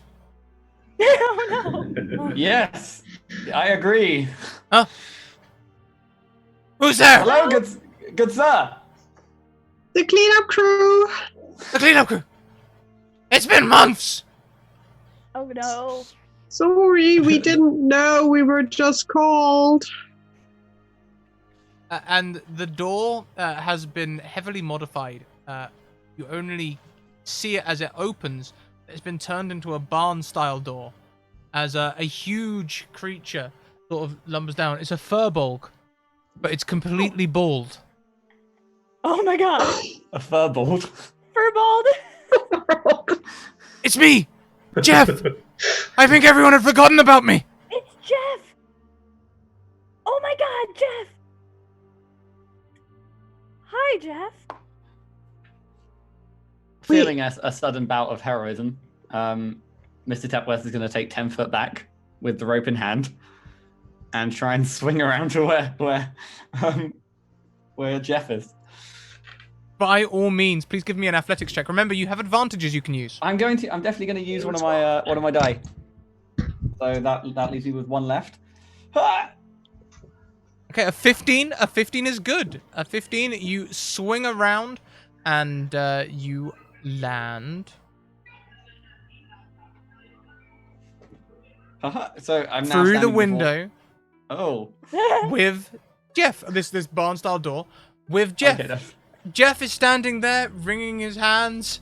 He's sort of crouched over, and you can see this used to be a dining room, a pantry, a kitchen, and all of them have had the walls knocked through. It's a heavily modified lab, and there is just Jeff. Hi! Are you here to save me? Mr. Tepworth of the Tepworth Estate, pleasure to meet you. Extends his hand, goes for the very sort of formal. I don't know if the people back on the other end could use the Armand's part of rope to tug the rope if anyone else wants to come over. As the rope trails through the gelatinous cubes, you see it start to and the twine start to. Mm-hmm. Can I do the sort of like just try and pull as much of it back towards where I am before much of it burns? It gets very thin in the middle, but it's still a rope. Okay. So I now have all the rope. We need to clean those up, or I mean, what does the contract say? We just need to get rid of them, right? We don't have to. I flipped to the contract. We need to remove the gelatinous cubes. Okay. Nathaniel, maybe if you do again this smell thingy outside the door, maybe they will leave. The only thing, guys, we should leave as well, because if not, we're in the middle of the way. We will be right back, Mr. Tepworth and Jeff. Stay safe. Don't worry, I've made a new friend. Tell John I miss him. He's standing right next to us. Does John react to that note? John sees the furbolg. A dangerous creature, and draws his weapon. Callie will slap him just across the face. Mr. Tepworth gasps loudly. That's a friend. Make me a persuasion or intimidation check. I will go with intimidation. That is a big failure. He shuffles past you and runs across the room, his feet sizzling in the cubes, and dives through the door to attack Jeff. Can I interject myself between the two of them? Yes, you can. I'm gonna literally be like, John, this isn't you. Make me a persuasion check. You can do it. Oh! Yes. You're right. This isn't me. I'm holding him by the shoulders. Also ensuring that he's standing out of the acid. I don't want to have just been holding him there. Yeah, he vaulted over the door to get to you guys. So now John is with Mr. Tepworth and Jeff. Turning to Jeff quickly. Yes. So you said that you've been here for months? Yes. I was working experiments with the cubes. So you might know a way to deal with them then? Yes. We can get them back into one cube by compression. I don't know what that means. Squeeze them together. That I do understand. So then Mr. Tepworth will shout across the hall, saying that we need to squeeze them. What? Callie will just look and like... Can I use... no, I don't know. I don't want to squeeze them. They need a big squeeze. Oh, with what? We can't squeeze them. I imagine, so I'm in the dining room, aren't I? It's sort of, it used to be a dining room. It's now, been converted into this lab. Mostly that just means that all the surfaces are still the same, but the walls have been knocked through and there's equipment everywhere. Perfect. I'm going to take my cane. I'm going to toss up in the air and let it turn into a great axe. And then I'm going to carve a table into, a plow. Or just, try and divide it into, a square. To try and make it like a shovel-y thing. Sure thing. Give me a wisdom check. We'll call this crafting, unless you have crafting tools. Yeah, just using a great. I mean, yeah, it's a square. Yeah. And if I can make one for Jeff as well. Sure. They'll be of equal quality. So Jeff sort of has it as well, and he's like, what do we do? Shoveling. And then he's going. Mr. Tefler's going to go through the doorway and just try and start, like brooming. I'm sure he'll try and broom him using the thickness of the table to try and. The cubes keep him have back a all little bit. gathered on this dirt, and the dirt is quickly diminishing in size until it's 5 foot, 4 foot, 3 foot. They are all reasonably close together. Callie. Would Callie put the movable rod in and press a button and step back? Or would she be then with her feet in the cubes? You would be with your feet in the cubes. Oh hell, whatever. She would still do that, remembering what happened to Harry. Just to try something out. Sure. Can I try to cold the ground beneath you? Maybe they won't get so close if it's super cold or super hot. What would you prefer? Yeah, no. As you make the ground even colder. Hot or would hot? be, or Callie would prefer hot, but cold is maybe a good idea for the cubes. All right, I'm gonna use prestidigitation and chill all the space around her feet. You see the cubes near Callie's feet, sort of shy away from the cold. Some of them frost up slightly, ruining their invisibility. Ooh, that is working, Nathaniel. Cool. I can keep doing this, but not much more bigger, not powerful. It's enough for her to put the rod in, press the button, and step back. By all means. So we have Mr. Tepworth and Jeff shoveling. We've got Nathaniel making the floor cold around Callie, and Callie putting the immovable rod in the thing. Jeff says compression. Out of curiosity, Armin wants to test out if she can climb a wall. Make me a Constitution save, Armin. Oh no. You have advantages. I'm scared. I'm gonna save my advantages. Okay.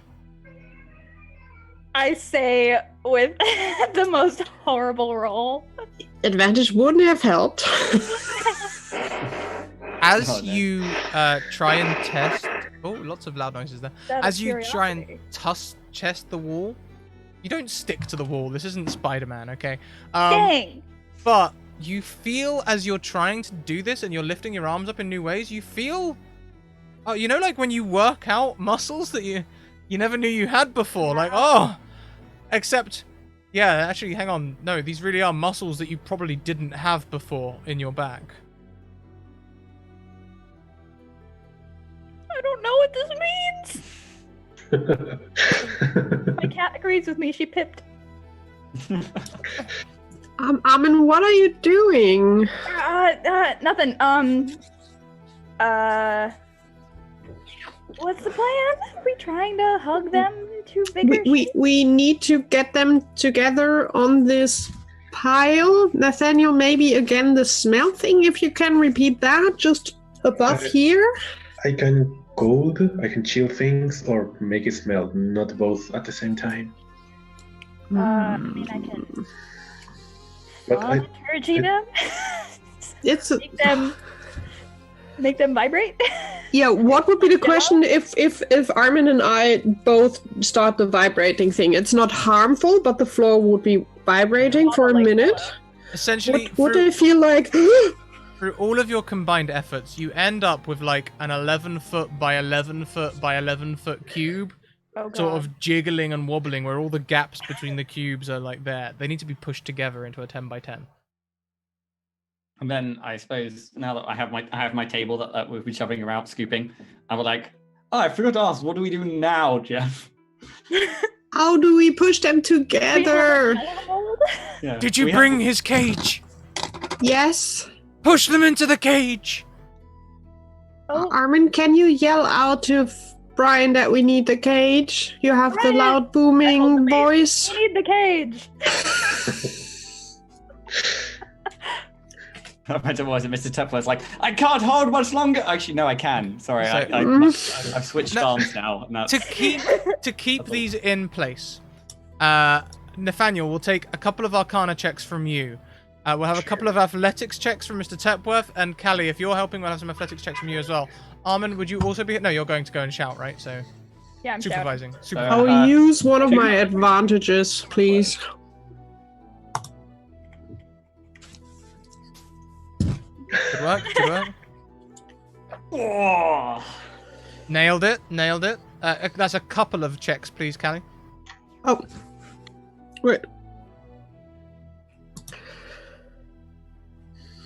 There you go. Good, 2 good checks. And Nathaniel, would you like to use advantage or anything like that as I roll? Yeah, sure. You've got 3 left, I believe. Yeah, you've got 3 left. Not on the first, but on the second. Okay. Roll for me because I can't. Yeah, I'm there. I'm just looking for it. Okay. The first one is a 24. Oh, the second one is an. We'll say we use the advantage on the second one. It was an 18. I didn't call. Yeah, it's good. You managed to hold everything together. All right. And after about 20 minutes, Brian appears with the cage. 20 minutes. It was a real bugger getting it through the barbican, let me tell you. It was horrible. I had to try and angle it, then I had it on its side, and then I realised Thank it's you, 10 foot Brian. by 10 foot. So it doesn't matter if it's on its side. So I've left it on its side. I don't know if that matters. Thank you so much. You will get part of the money. Yeah. And I'll go to where the door on the cage is and open it. And get ready to, like, should we move the cage? Or, like, try to smoosh the jello in? If we push them at the same time. Uh-huh. I'll get the cage close. Remember, the rod is in the middle, so I'm not sure how far we can move. Yeah. Okay, I will scooch the cage. And we press against it, they can't move away. Yeah. And then I'll get ready to thaumaturgy the door closed. Just someone has to be ready to grab it so it doesn't go thunk and come back down. Yeah, I think that's our plan. Let's ask John to do that. Mr. John or Yeah, I can help. I can help. Jane to Yes. help Yes. the cage. Yes, I'll help. I'll help with the cage. I'm just so glad to get away from here. And Jeff will give you an advantage, Armin, on pushing the cage. Nice. Thank you, Zeka. Ooh. And Strength? Yes, indeed.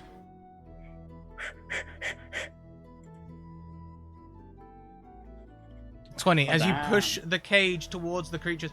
Yes, the ones near the rod stay still. In fact, the whole pile stays still. But as the cage comes closer, some of them seem to recognize it, and some of them try to break away. So everyone else can make checks to try and stop the other bits from breaking away. Athletics again? Like playing whack-a-mole with cubes. It can be athletics if you want to just brute force it. If you can think of another way, you can do another way. Brute force is the thing to go. Brute force is the game. Gosh darn it. It's not. It's not. Nathaniel, you see Callie trying to struggle with these 2 little cubes, and they're like running absolute rings around her. Can I help her? Yeah, sure. Like grant advantage on her roll, or she already rolled? You can give to the help action. What would this look like? How would you help out? I will try to chill around her and compress on both sides, so they don't flank her. Like try to keep everything in front of her. Sure thing. Okay, give us an Arcana check just to see how effective this is. Callie will get an advantage either way. Oh yeah, I'm rolling for you. I remember. You're gonna roll for me. Yeah. You still have 2 advantages. Would you like to use any? Sure, 1. Yeah, I can't use more. I'm not rolling the best for you, but a 10 is good enough. They are unable to flank. And Callie, you have advantage on your next check to try and get them together.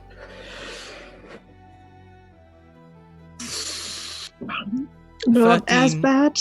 A 13 is just enough. You manage to squish the pieces together, and you can see 10 foot by 10 foot by 10 foot, except there is one little 1-inch square left in the top right corner that is left, that is missing. Ah, the bucket. The bucket one. Close the door! Shall I put my hand in and get it? No. No. Does Mr. Tepworth put his hand in? No, I'll make sure the door's closed. Oh. If Callie would yell all with thaumaturgy and everything, like stop. The door closes for Mr. Tepworth as you use thaumaturgy. Well, I mean, I can put my hand just straight in the bucket. It'll be like in and out. No, don't. I thaumaturgy the door closed. Lock the door. Is there a lock for it? Yeah, you can lock it. Are we locking the door to the hall or the door to Harry's cage? Harry's cage. There are the clips, although they are not. Usually these are gravity clips, and at the moment the cage is on its side, so they're sort of like side bolts. I imagine Mr. Tepworth might turn to Callie and be like, between us, maybe we can flip the cage. Yeah, let's give it a heave. I'll give Callie advantage on that. Yeah, sure. Athletics again? Yes, indeed. You have an advantage. You have 2 advantages still.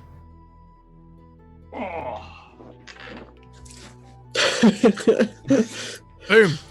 So, Callie, you managed to get the door closed with the help of Mr. Tepworth. Jeff sort of says they need to be complete before they're all put together. Is this not Harry? It's Harry. Oh, okay. But we can't make him complete. We lost a piece. I can just put my hand in the bucket. No, really don't. What will happen? We don't know. Die? No. Disappear? Come on, that's clearly exaggerated. Could Callie carefully grab the bucket and just like hold it through her? The bucket needs a lid. Why don't you give me a dexterity check for how careful you are, Callie? Oh god, don't dangle your scarf in there. I will use an advantage because my dex is horrible. And this is how Callie dies. And thank goodness I did so. You can hold the bucket protectively. I mean, I'm not a man of science. Jeff may be able to test my new best friend Jeff, the Furbolt. But if we don't know what will happen, how do we know it's bad?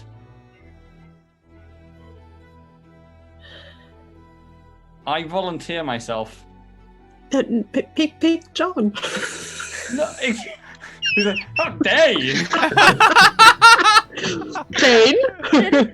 No, Jane can go. Jane can go. Jane sort of... It's a noble quest, but I am here for it. And she will come across. Armin, do you have another glove for her hand? Because she would have to touch. Here, have the other matching glove. Yeah. It was useless anyway, it was just one. Yeah. Callie would carefully hold on to the bucket. Hold it out, but holding on to the bucket that... Actually, are we sure we want to send Jane, the person who went climbing up unannounced and got distracted? I'm putting my hand in, and she thrusts her hand in. Oh, well... Think of a glove. Ah! As Jane disappears into the bucket. Oh my god! She could be anywhere. Callie will just let the bucket fall. She will be just like... Wait, we've already done it once before. If you let the bucket go, Mr. Tepworth will grab it and then start shaking it. Turn it upside down. Turn it upside down and shake it. Jane and a glove and a cube land on the ground. Nice. Is Jane alive? I've seen so many things. Mr. Tepworth takes the bucket. No, no, no, no, no, no, no. Don't. He goes to return the bucket. But I too would like to Can see we some just- things. We now have to get the little cube thing to the rest. And it's been So, more than 20 fully- minutes, so that cube has devoured that glove. Jeez. With the cage that he's in, are there any little like bars or anything, or is it like solid? Usually a solid block, yeah. Okay, fair. So Because we'd have if to open not, the it door, would- throw it in. Push it into him. Will it like fill out the cube empty spot on the other side? Looks like it. Okay. Oh, how do we want to do this? We crack it open and someone just goes and smooshes it. Who's cracking? Maybe Who's you're smooshing? Sorry, Nathaniel, say. Smooshing.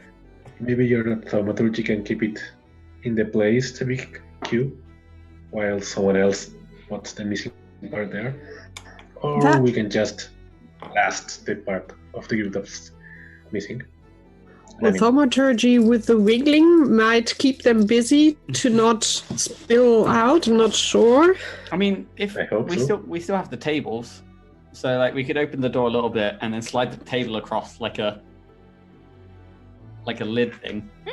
Also, Nathaniel, can you still do the cold thingy? Maybe if we have like cold on the side that we will open, they can't move as quickly? I can only cover one cubed foot. It's the goal.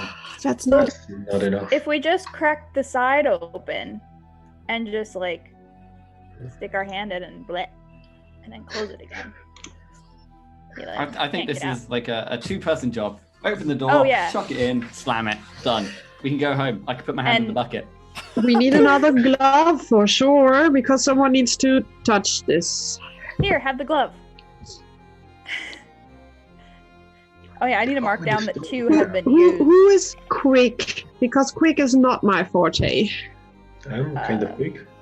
I am strong. If you were to put an arbitrary number, I'm not very dexterous, to point it that way.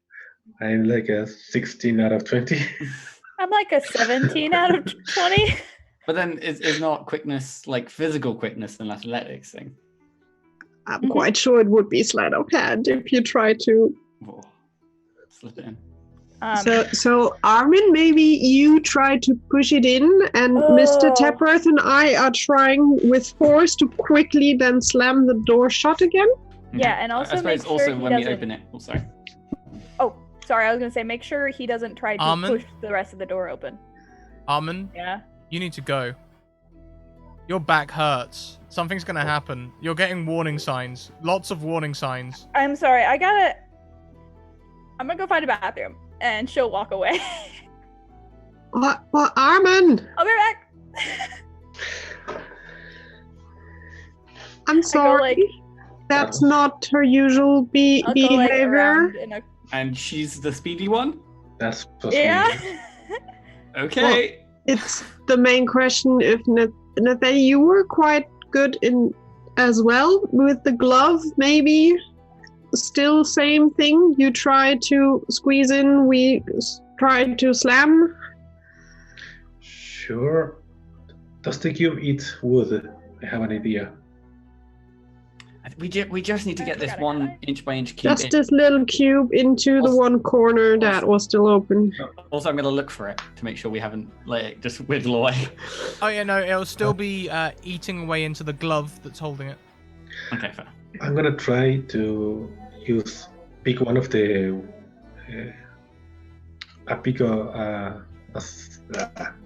some wooden plank and try to get it as close as possible to the cube, so the cube starts chewing the wooden and move it as quickly and careful as possible towards the cage. Sure thing. Give me that. I'll roll for you. A sleight of hand You check. roll. Yeah. Would you like to use your last advantage on this? Advantage. Yes. Ooh, a 10. Rolling on a 10, it looks like it's about to get out. So, Callie and Mr. Tepworth, one of you can roll with advantage, or you can both roll, and we'll take the lower of the two. Both roll? Both roll? In this together? I'll take the lower Yes. of the two. Yep. Okay. You take the lower of the two. Wait. Let's go for it. Anyhow. Athletics again, or sleight of hand, or? Athletics for us because we want to shut it, right? Athletics indeed. What? I'm scared. Well, now all the pressure's on Callie. Hey. That's okay. On a 19, Let's go. you slam the lid shut. You hear a convulsing, and suddenly, Armin somewhere who has left feels all of her magic items attune as she now has control over Harry.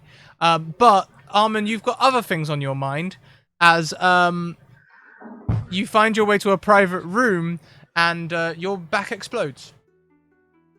Make me a Constitution saving throw.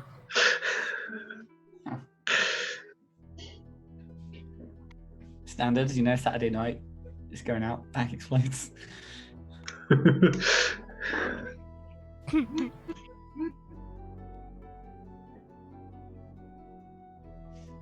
On an 8, Armin, you have the choice. You're muted. Thank you. I said I used an advantage. Right. On a 16, I was like, oh no. you succeed, and you have a lot of choice about what happens next. Jenna, a little bit meta, but you get to make decisions. Either Armin becomes a were-spider and has legs exploding from her back, or Armin does not become a were-spider and instead has lots of little spider spawns exploding from her back.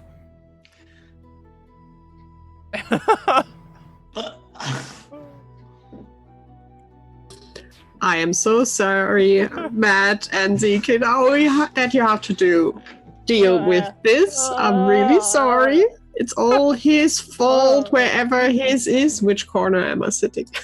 I would like to not have the little tiny spiders everywhere, even though I am wearing the necklace. Okay.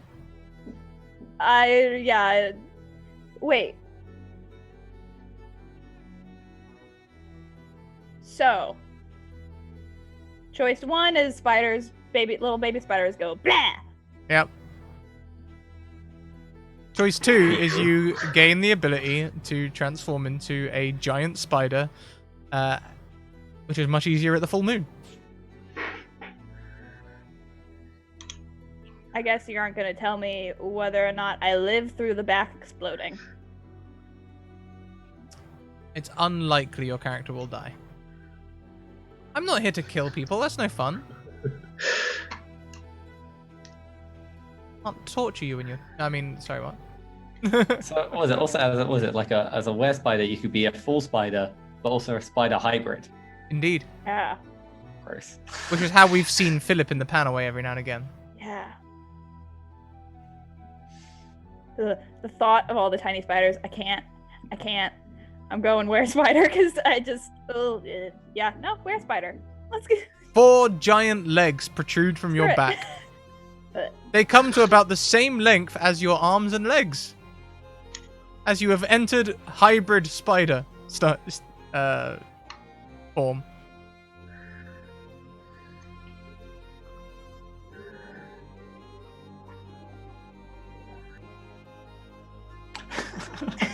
In your head, Armin. Ow. Armin, welcome to the cleanup crew again. Welcome as Spider-Man. Thank you, Mackenzie Lane in chat. Spider-Man. Giving me that one.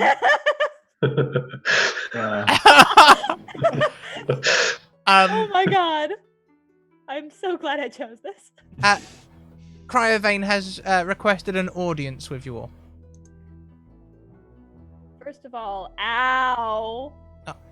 Don't make a big deal of it. We've all been through it. It's welcome. This is a gift, really. Even though he's so far away and in your head, you can hear the spectacle. Ow. Could have been better. The second option would have been baby spiders. That's always particularly gruesome, I've understood.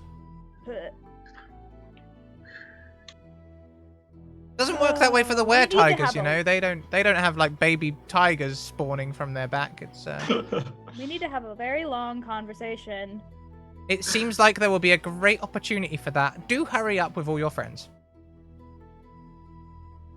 How do I make it not spider leg on my back? Concentrate really hard. Make me a wisdom save.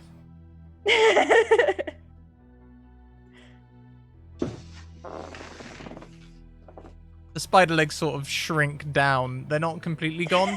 You feel like with practice, with practice, you can probably get them completely gone, but you shrink them down enough to just like wrap them around your ribs, and you can get your armor. Hug. You can get your armor back on over the top. Okay, good. It has my. Are the like the back of my is like the back of my shirt ripped? Yeah. Oh yeah. Okay, she's gonna try to play it off like nothing happened and deal with it later. Always be. Armin enters the room again. Hey, we've managed to lock the cube in the cage. Super easy. Oh, good. Oh, speaking of.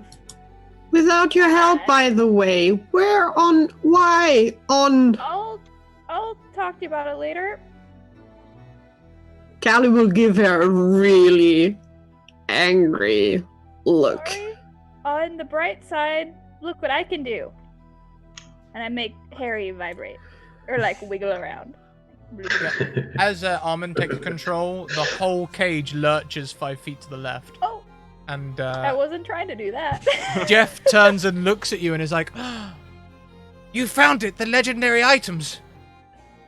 What? What? The items that allow the control over the gelatinous cube. I've heard tales. I quested for years. I lost all my hair." I'm just gonna facepalm. It would have been nice, to realize this beforehand, but it just happened. Don't worry, Armin. Lots of Harry things will probably happen. be coming with us. Do hurry up to the rooftop, though. Cryovane isn't the most patient. Okay. Hey, Callie, Yeah. a lot's happened the past 5 minutes, but Mr. Dragon, boss man, wants to see us, I'm told. Just us? All of us. All of us? Philip, who am I bringing? Bring your friends. All of them? Yes, yeah. Okay. Yeah, all of us? Jeff, maybe you and Brian want to look the cage? Should we bring Jeff, Harry, and Brian? Not Brian, not Harry, not Jeff, no. Okay. What about Jane? And John. Well, John's obviously coming. Jane's one. Yes, they can come along. Okay. Oh, no, maybe they should guard the cage. Well, maybe Jane wants to stay here because she has been through a bit. And I guess John has to come with us because looking at Mr. Tapworth, I don't think you two want to... Flourishes the sword, so light shines in the room again. I'm ready for anything. Me too. Please just don't kill the dragon or attack the dragon. She goes immediately into attack stance. There is a dangerous creature nearby. Yeah, it's in the crate here, so make sure it's not breaking out, please. Yeah, make sure it doesn't leave, and don't kill it. Trying to force her sword between the cracks. No! No, don't kill it. She's trying. Just keep it safe that it can't break out. John, maybe it's a better idea if you stay here and take care of Jane. No, I think John needs to be with us. I need the emotional support when facing a dragon. Hey, Jeff. Don't you think he might try to attack the dragon and the dragon will murder all of us? I stopped him from attacking Jeff. All right. Jeff, can you make sure she doesn't... I'll get her up to speed. Thank you. Make sure she doesn't, kill Harry. On our way up to the roof then? Yep. And I imagine, as we're walking there, talking to John about the weather, the smithy boy, and obviously the danger that's approaching in the dark. The Neverwinter Woods? Oh, yeah. The Neverwinter Woods. Callie would just like walk next to Nathaniel, just also chit-chatting, not giving Armin the chance to like pull her aside or so, because Callie is like... So, just walking, I think behind Mr. Tapworth and John. You can see at some Armin's in points the Mr. Tapworth goes to hold John's hand, but he can't. He can't do it. He just... Oh god, if John dies. And Oh god. up the ladder we all go. I'm not going to ask you for marching order, because you can all form around this large white dragon, sort of stretching and letting its wings move in the air. In front of it sits a small, like, circular tea party table, where Don John, the were-tiger, Pounce, and Philip all sit. And Cryovane addresses you all as you come up. At first, he exhales heavily. For a second, it looks like it might be ice breath, and John goes to draw his sword.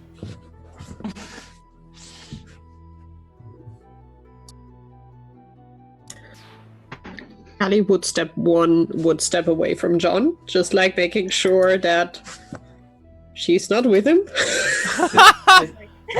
Is it a wisdom saving throw to try and fight off a fear? Yeah. Sure. Yep. Mr. Tapworth's not doing too good. Oh! John sees the dragon exhale and is like, "Don't worry, Mr. Tapworth. I'll protect you." Draws his sword and runs towards Cryovane. Oh no. I'm too scared to stop him. Can I make him try to sleep?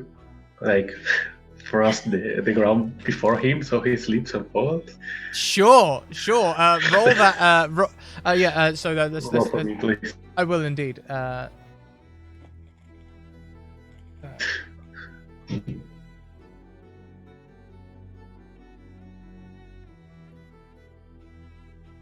Second, I get the spell sheet up.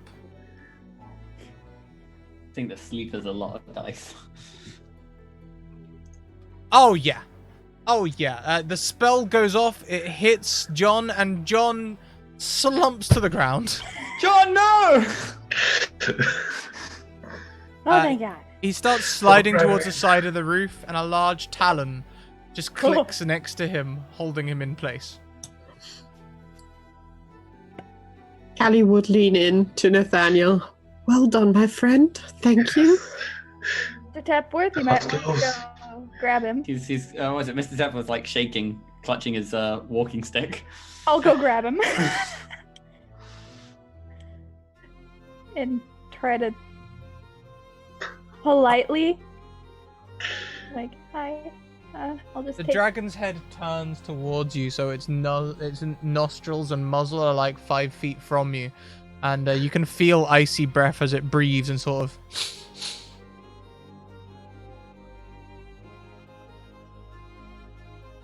Hello. Hi. Can I? I'll just. Can I take him so he doesn't slide and? By all means. Okay. And I've heard much about you, Callie and Armin. I'll start dragging him away. You two and Philip, with all of these new adventurers. Wonderful to see you, Mr. Tapworth and Nathaniel. Philip's told me about you. Hi, Mr. Dragon. Nice to meet you. Nice to meet you. Philip's done a wonderful job in this area. As such, Pounce is going to take a new position as the leader of the cleanup crew here in the Sword Coast. For I am promoting Philip to a new area. Area manager of a new area, which has just recently become a mapped, shall we say, recently charted. Callie, Armin, I would like you to go with him and establish ourselves in these new areas. Mr. Tapworth, Nathaniel, thank you for helping me with my gelatinous cube problem. You each can go to level 2 and take all the benefits that come with it. It's my pleasure. By the way, the moment he mentioned Callie would have like stepped behind Nathaniel and just be like getting a bit smaller, trying to hide. So probably, I'm not sure how high Nathaniel is. Like 1 meter and 80. I don't know in foot how much would be. So Callie might be able to duck a bit behind you, but the horns would stick out. She would just be like, oh no, oh no. A giant talon and opposing talon reach down towards this tea party table and pick up a tiny cup.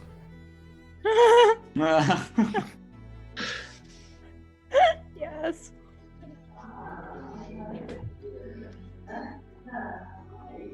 Let me know when you're all ready to go and I'll transport you. You start immediately. Don't worry about your affairs. They'll be put on hold until you return. But we have friends here. And then she stops again because she's like, oh god, I'm hiding. I shouldn't speak. Yeah, it's got frightening presence on, so if you'd like to make wisdom saves, you can. Oh, yeah. Oh boy, yes.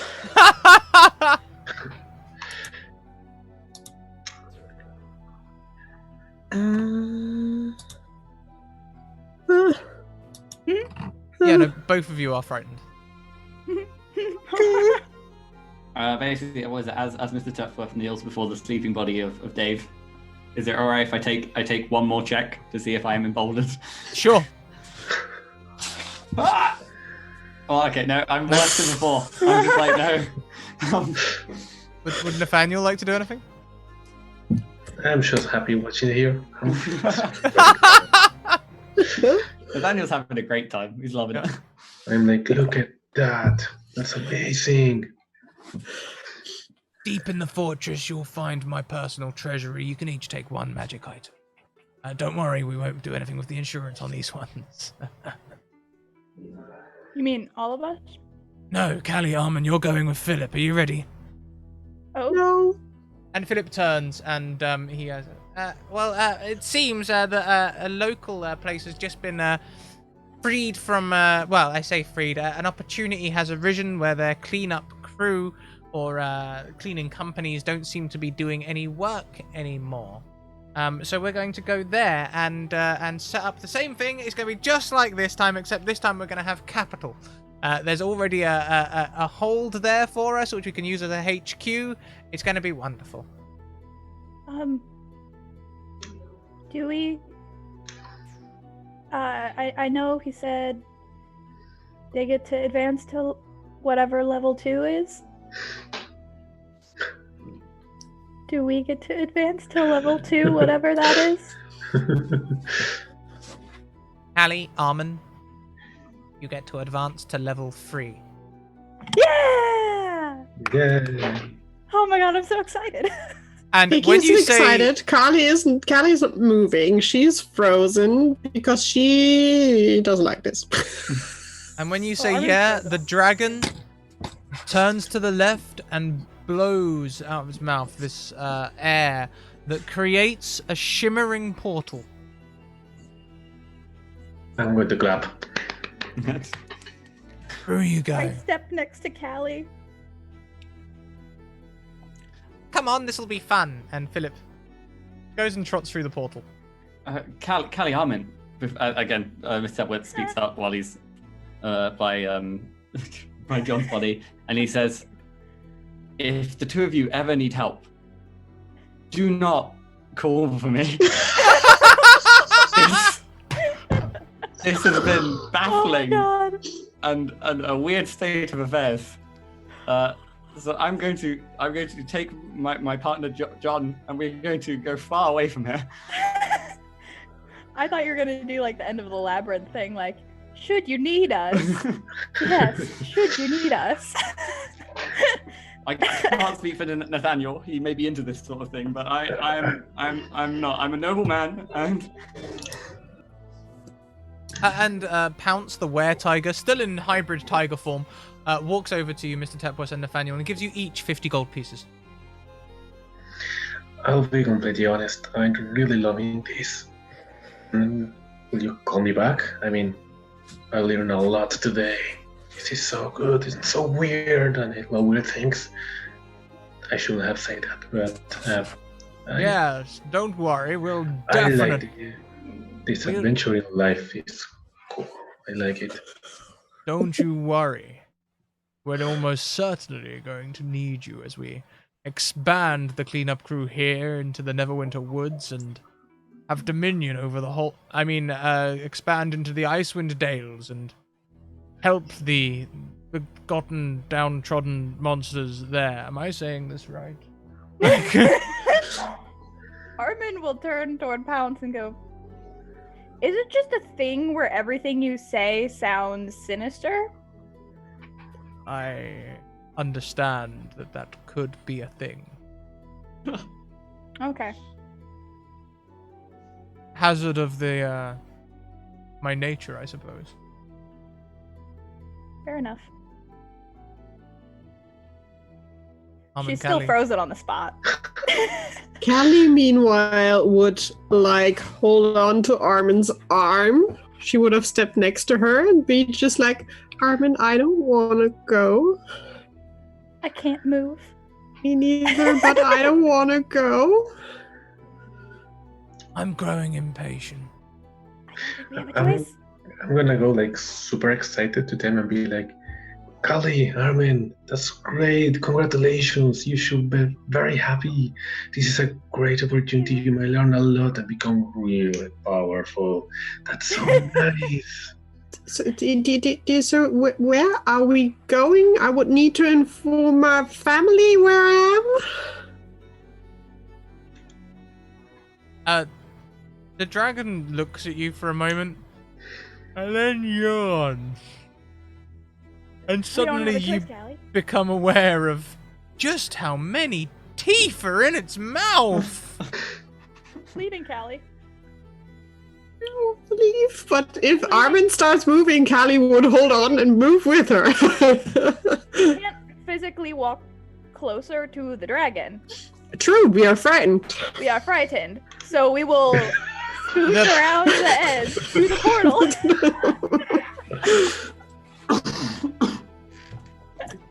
Callie would repeat very often that she doesn't want to do that, but she will not let go of Armin, and she will just follow. As you pass through the portal, it goes very quiet for just a moment. You feel cold as the rooftop sort of drifts away, but that cold goes from the dry cold of the icy mountain to a more damp cold of maybe a misty morning. And that's... You realize you have stepped out of the portal. It's just very, very misty here. All around you, there are trees. And the mist parts to reveal a path leading to the town of Barovia.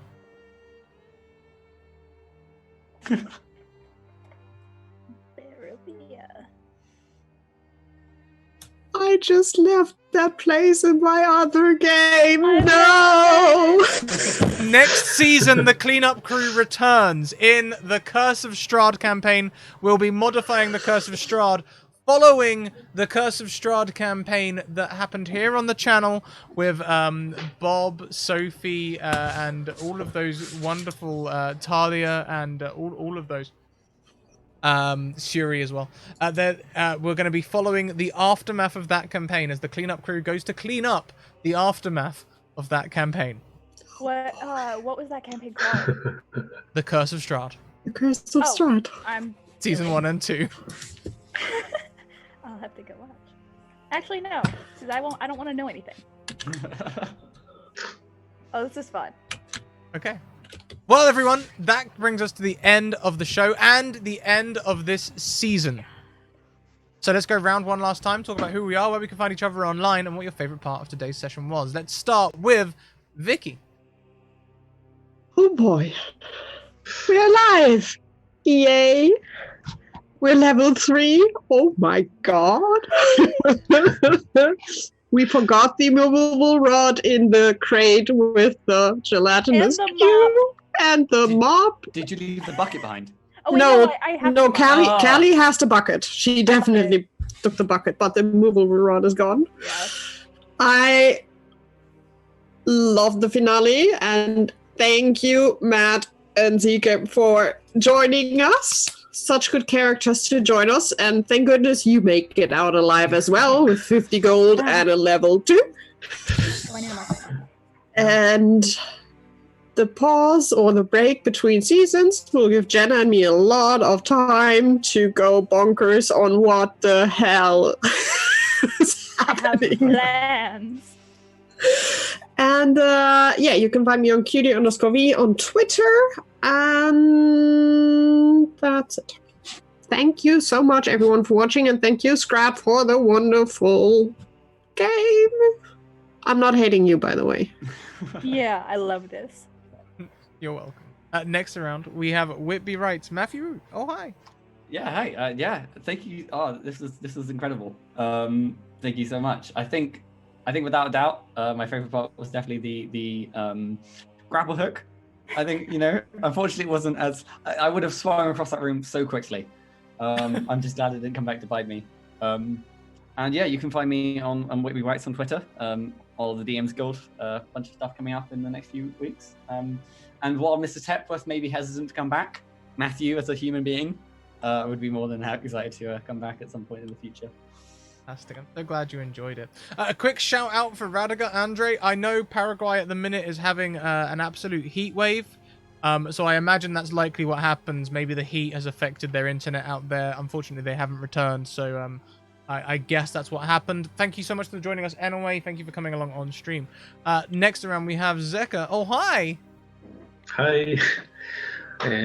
Well, I'm very happy. This is my first game online on Twitch, so I loved it. I had a lot of fun. So yeah, I'm very happy. Very, very fucking happy. Thanks for the invitation and for letting me join you. The part I liked the most was the bucket interactions. All that crazy madness around the bucket. And you can find me on Twitter at DarthSeeker, and hopefully sometime soon I will be showing what I'm writing on the D&D. And thanks for the invitation, and I have a great time. Thank you. I'm hoping to play again everything. Yeah, definitely. I'd love to have you both back. And I'd love to hear about your writing stuff in the Discord. Let us know, okay? Post about it. We'd love to come and have a look. Last but most certainly not least, Jenna! Hello! You can find me at Aspiring DM on Twitter and littledragonscribbles.com and on Instagram, where I will be posting today's notes within the week and an actual scan of my conspiracy board once I add the red lines and stuff. But my favorite part was probably turning level 3, but probably the were spider thing. That was I am happy with this. We'll talk about that as well. I think we're gonna possibly use one of your levels to give you were spider abilities, if that's cool. Okay, we shall talk. That'd be cool. We'll do it offline. It'll be cool, promise. Okay. That about concludes everything. I think Spider-Man is Spider-Man is definitely got to be our raid cry. Please put that in the surrounded by the tee-hee emote, and we'll go on a raid. Thank you very much. Go on. As I say, what about yourself, Scrap? What was your favorite part? Ah, yes, my favorite part. My perfect Sunday. Oh my god, yes, Hot Fuzz. It's got to be the way that Mr. Tepworth just immediately attached themselves to my obvious NPC. Honestly, I only put Jane and John in. I thought one of them might have died in front of the dragon. Honestly, I didn't need that though, because you all were suitably frightened of the dragon. Thank you. And I thought the other one might have died in the room with the gelatinous cube. We're just too good. Yeah. We tried to kill Jane. Didn't work. Technically, there's no air in there. So she wasn't in there for long. We got her out a quick. Period of time, she would have suffocated. But yeah, but she wasn't in there very long. So. Yeah. And there we go. We have Spider-Man as our raid cry there. That is my favorite part there, definitely. Do check out our social links. Like I say, the Discord link is there along with Twitter and YouTube.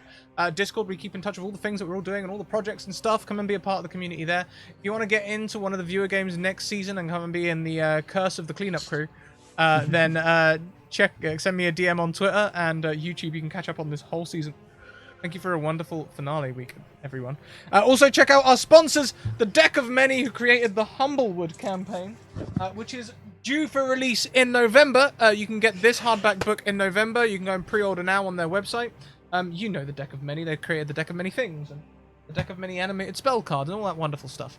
Also, check out Mage Hand Press, who are also due to be releasing a hardback book of their Dark Matter system, which should be coming around December. You can see Dark Matter on Thursdays at 1 p.m. Eastern Time when Alice runs the game, and you can go and purchase things on their website now using your discount, my discount, MHP Scrap.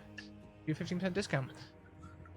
Thanks for coming along for the ride, everyone. Until next time, keep on evoking emotions. Join us for the raid cry, and yeah, we'll see you all next season for more Cleanup Crew.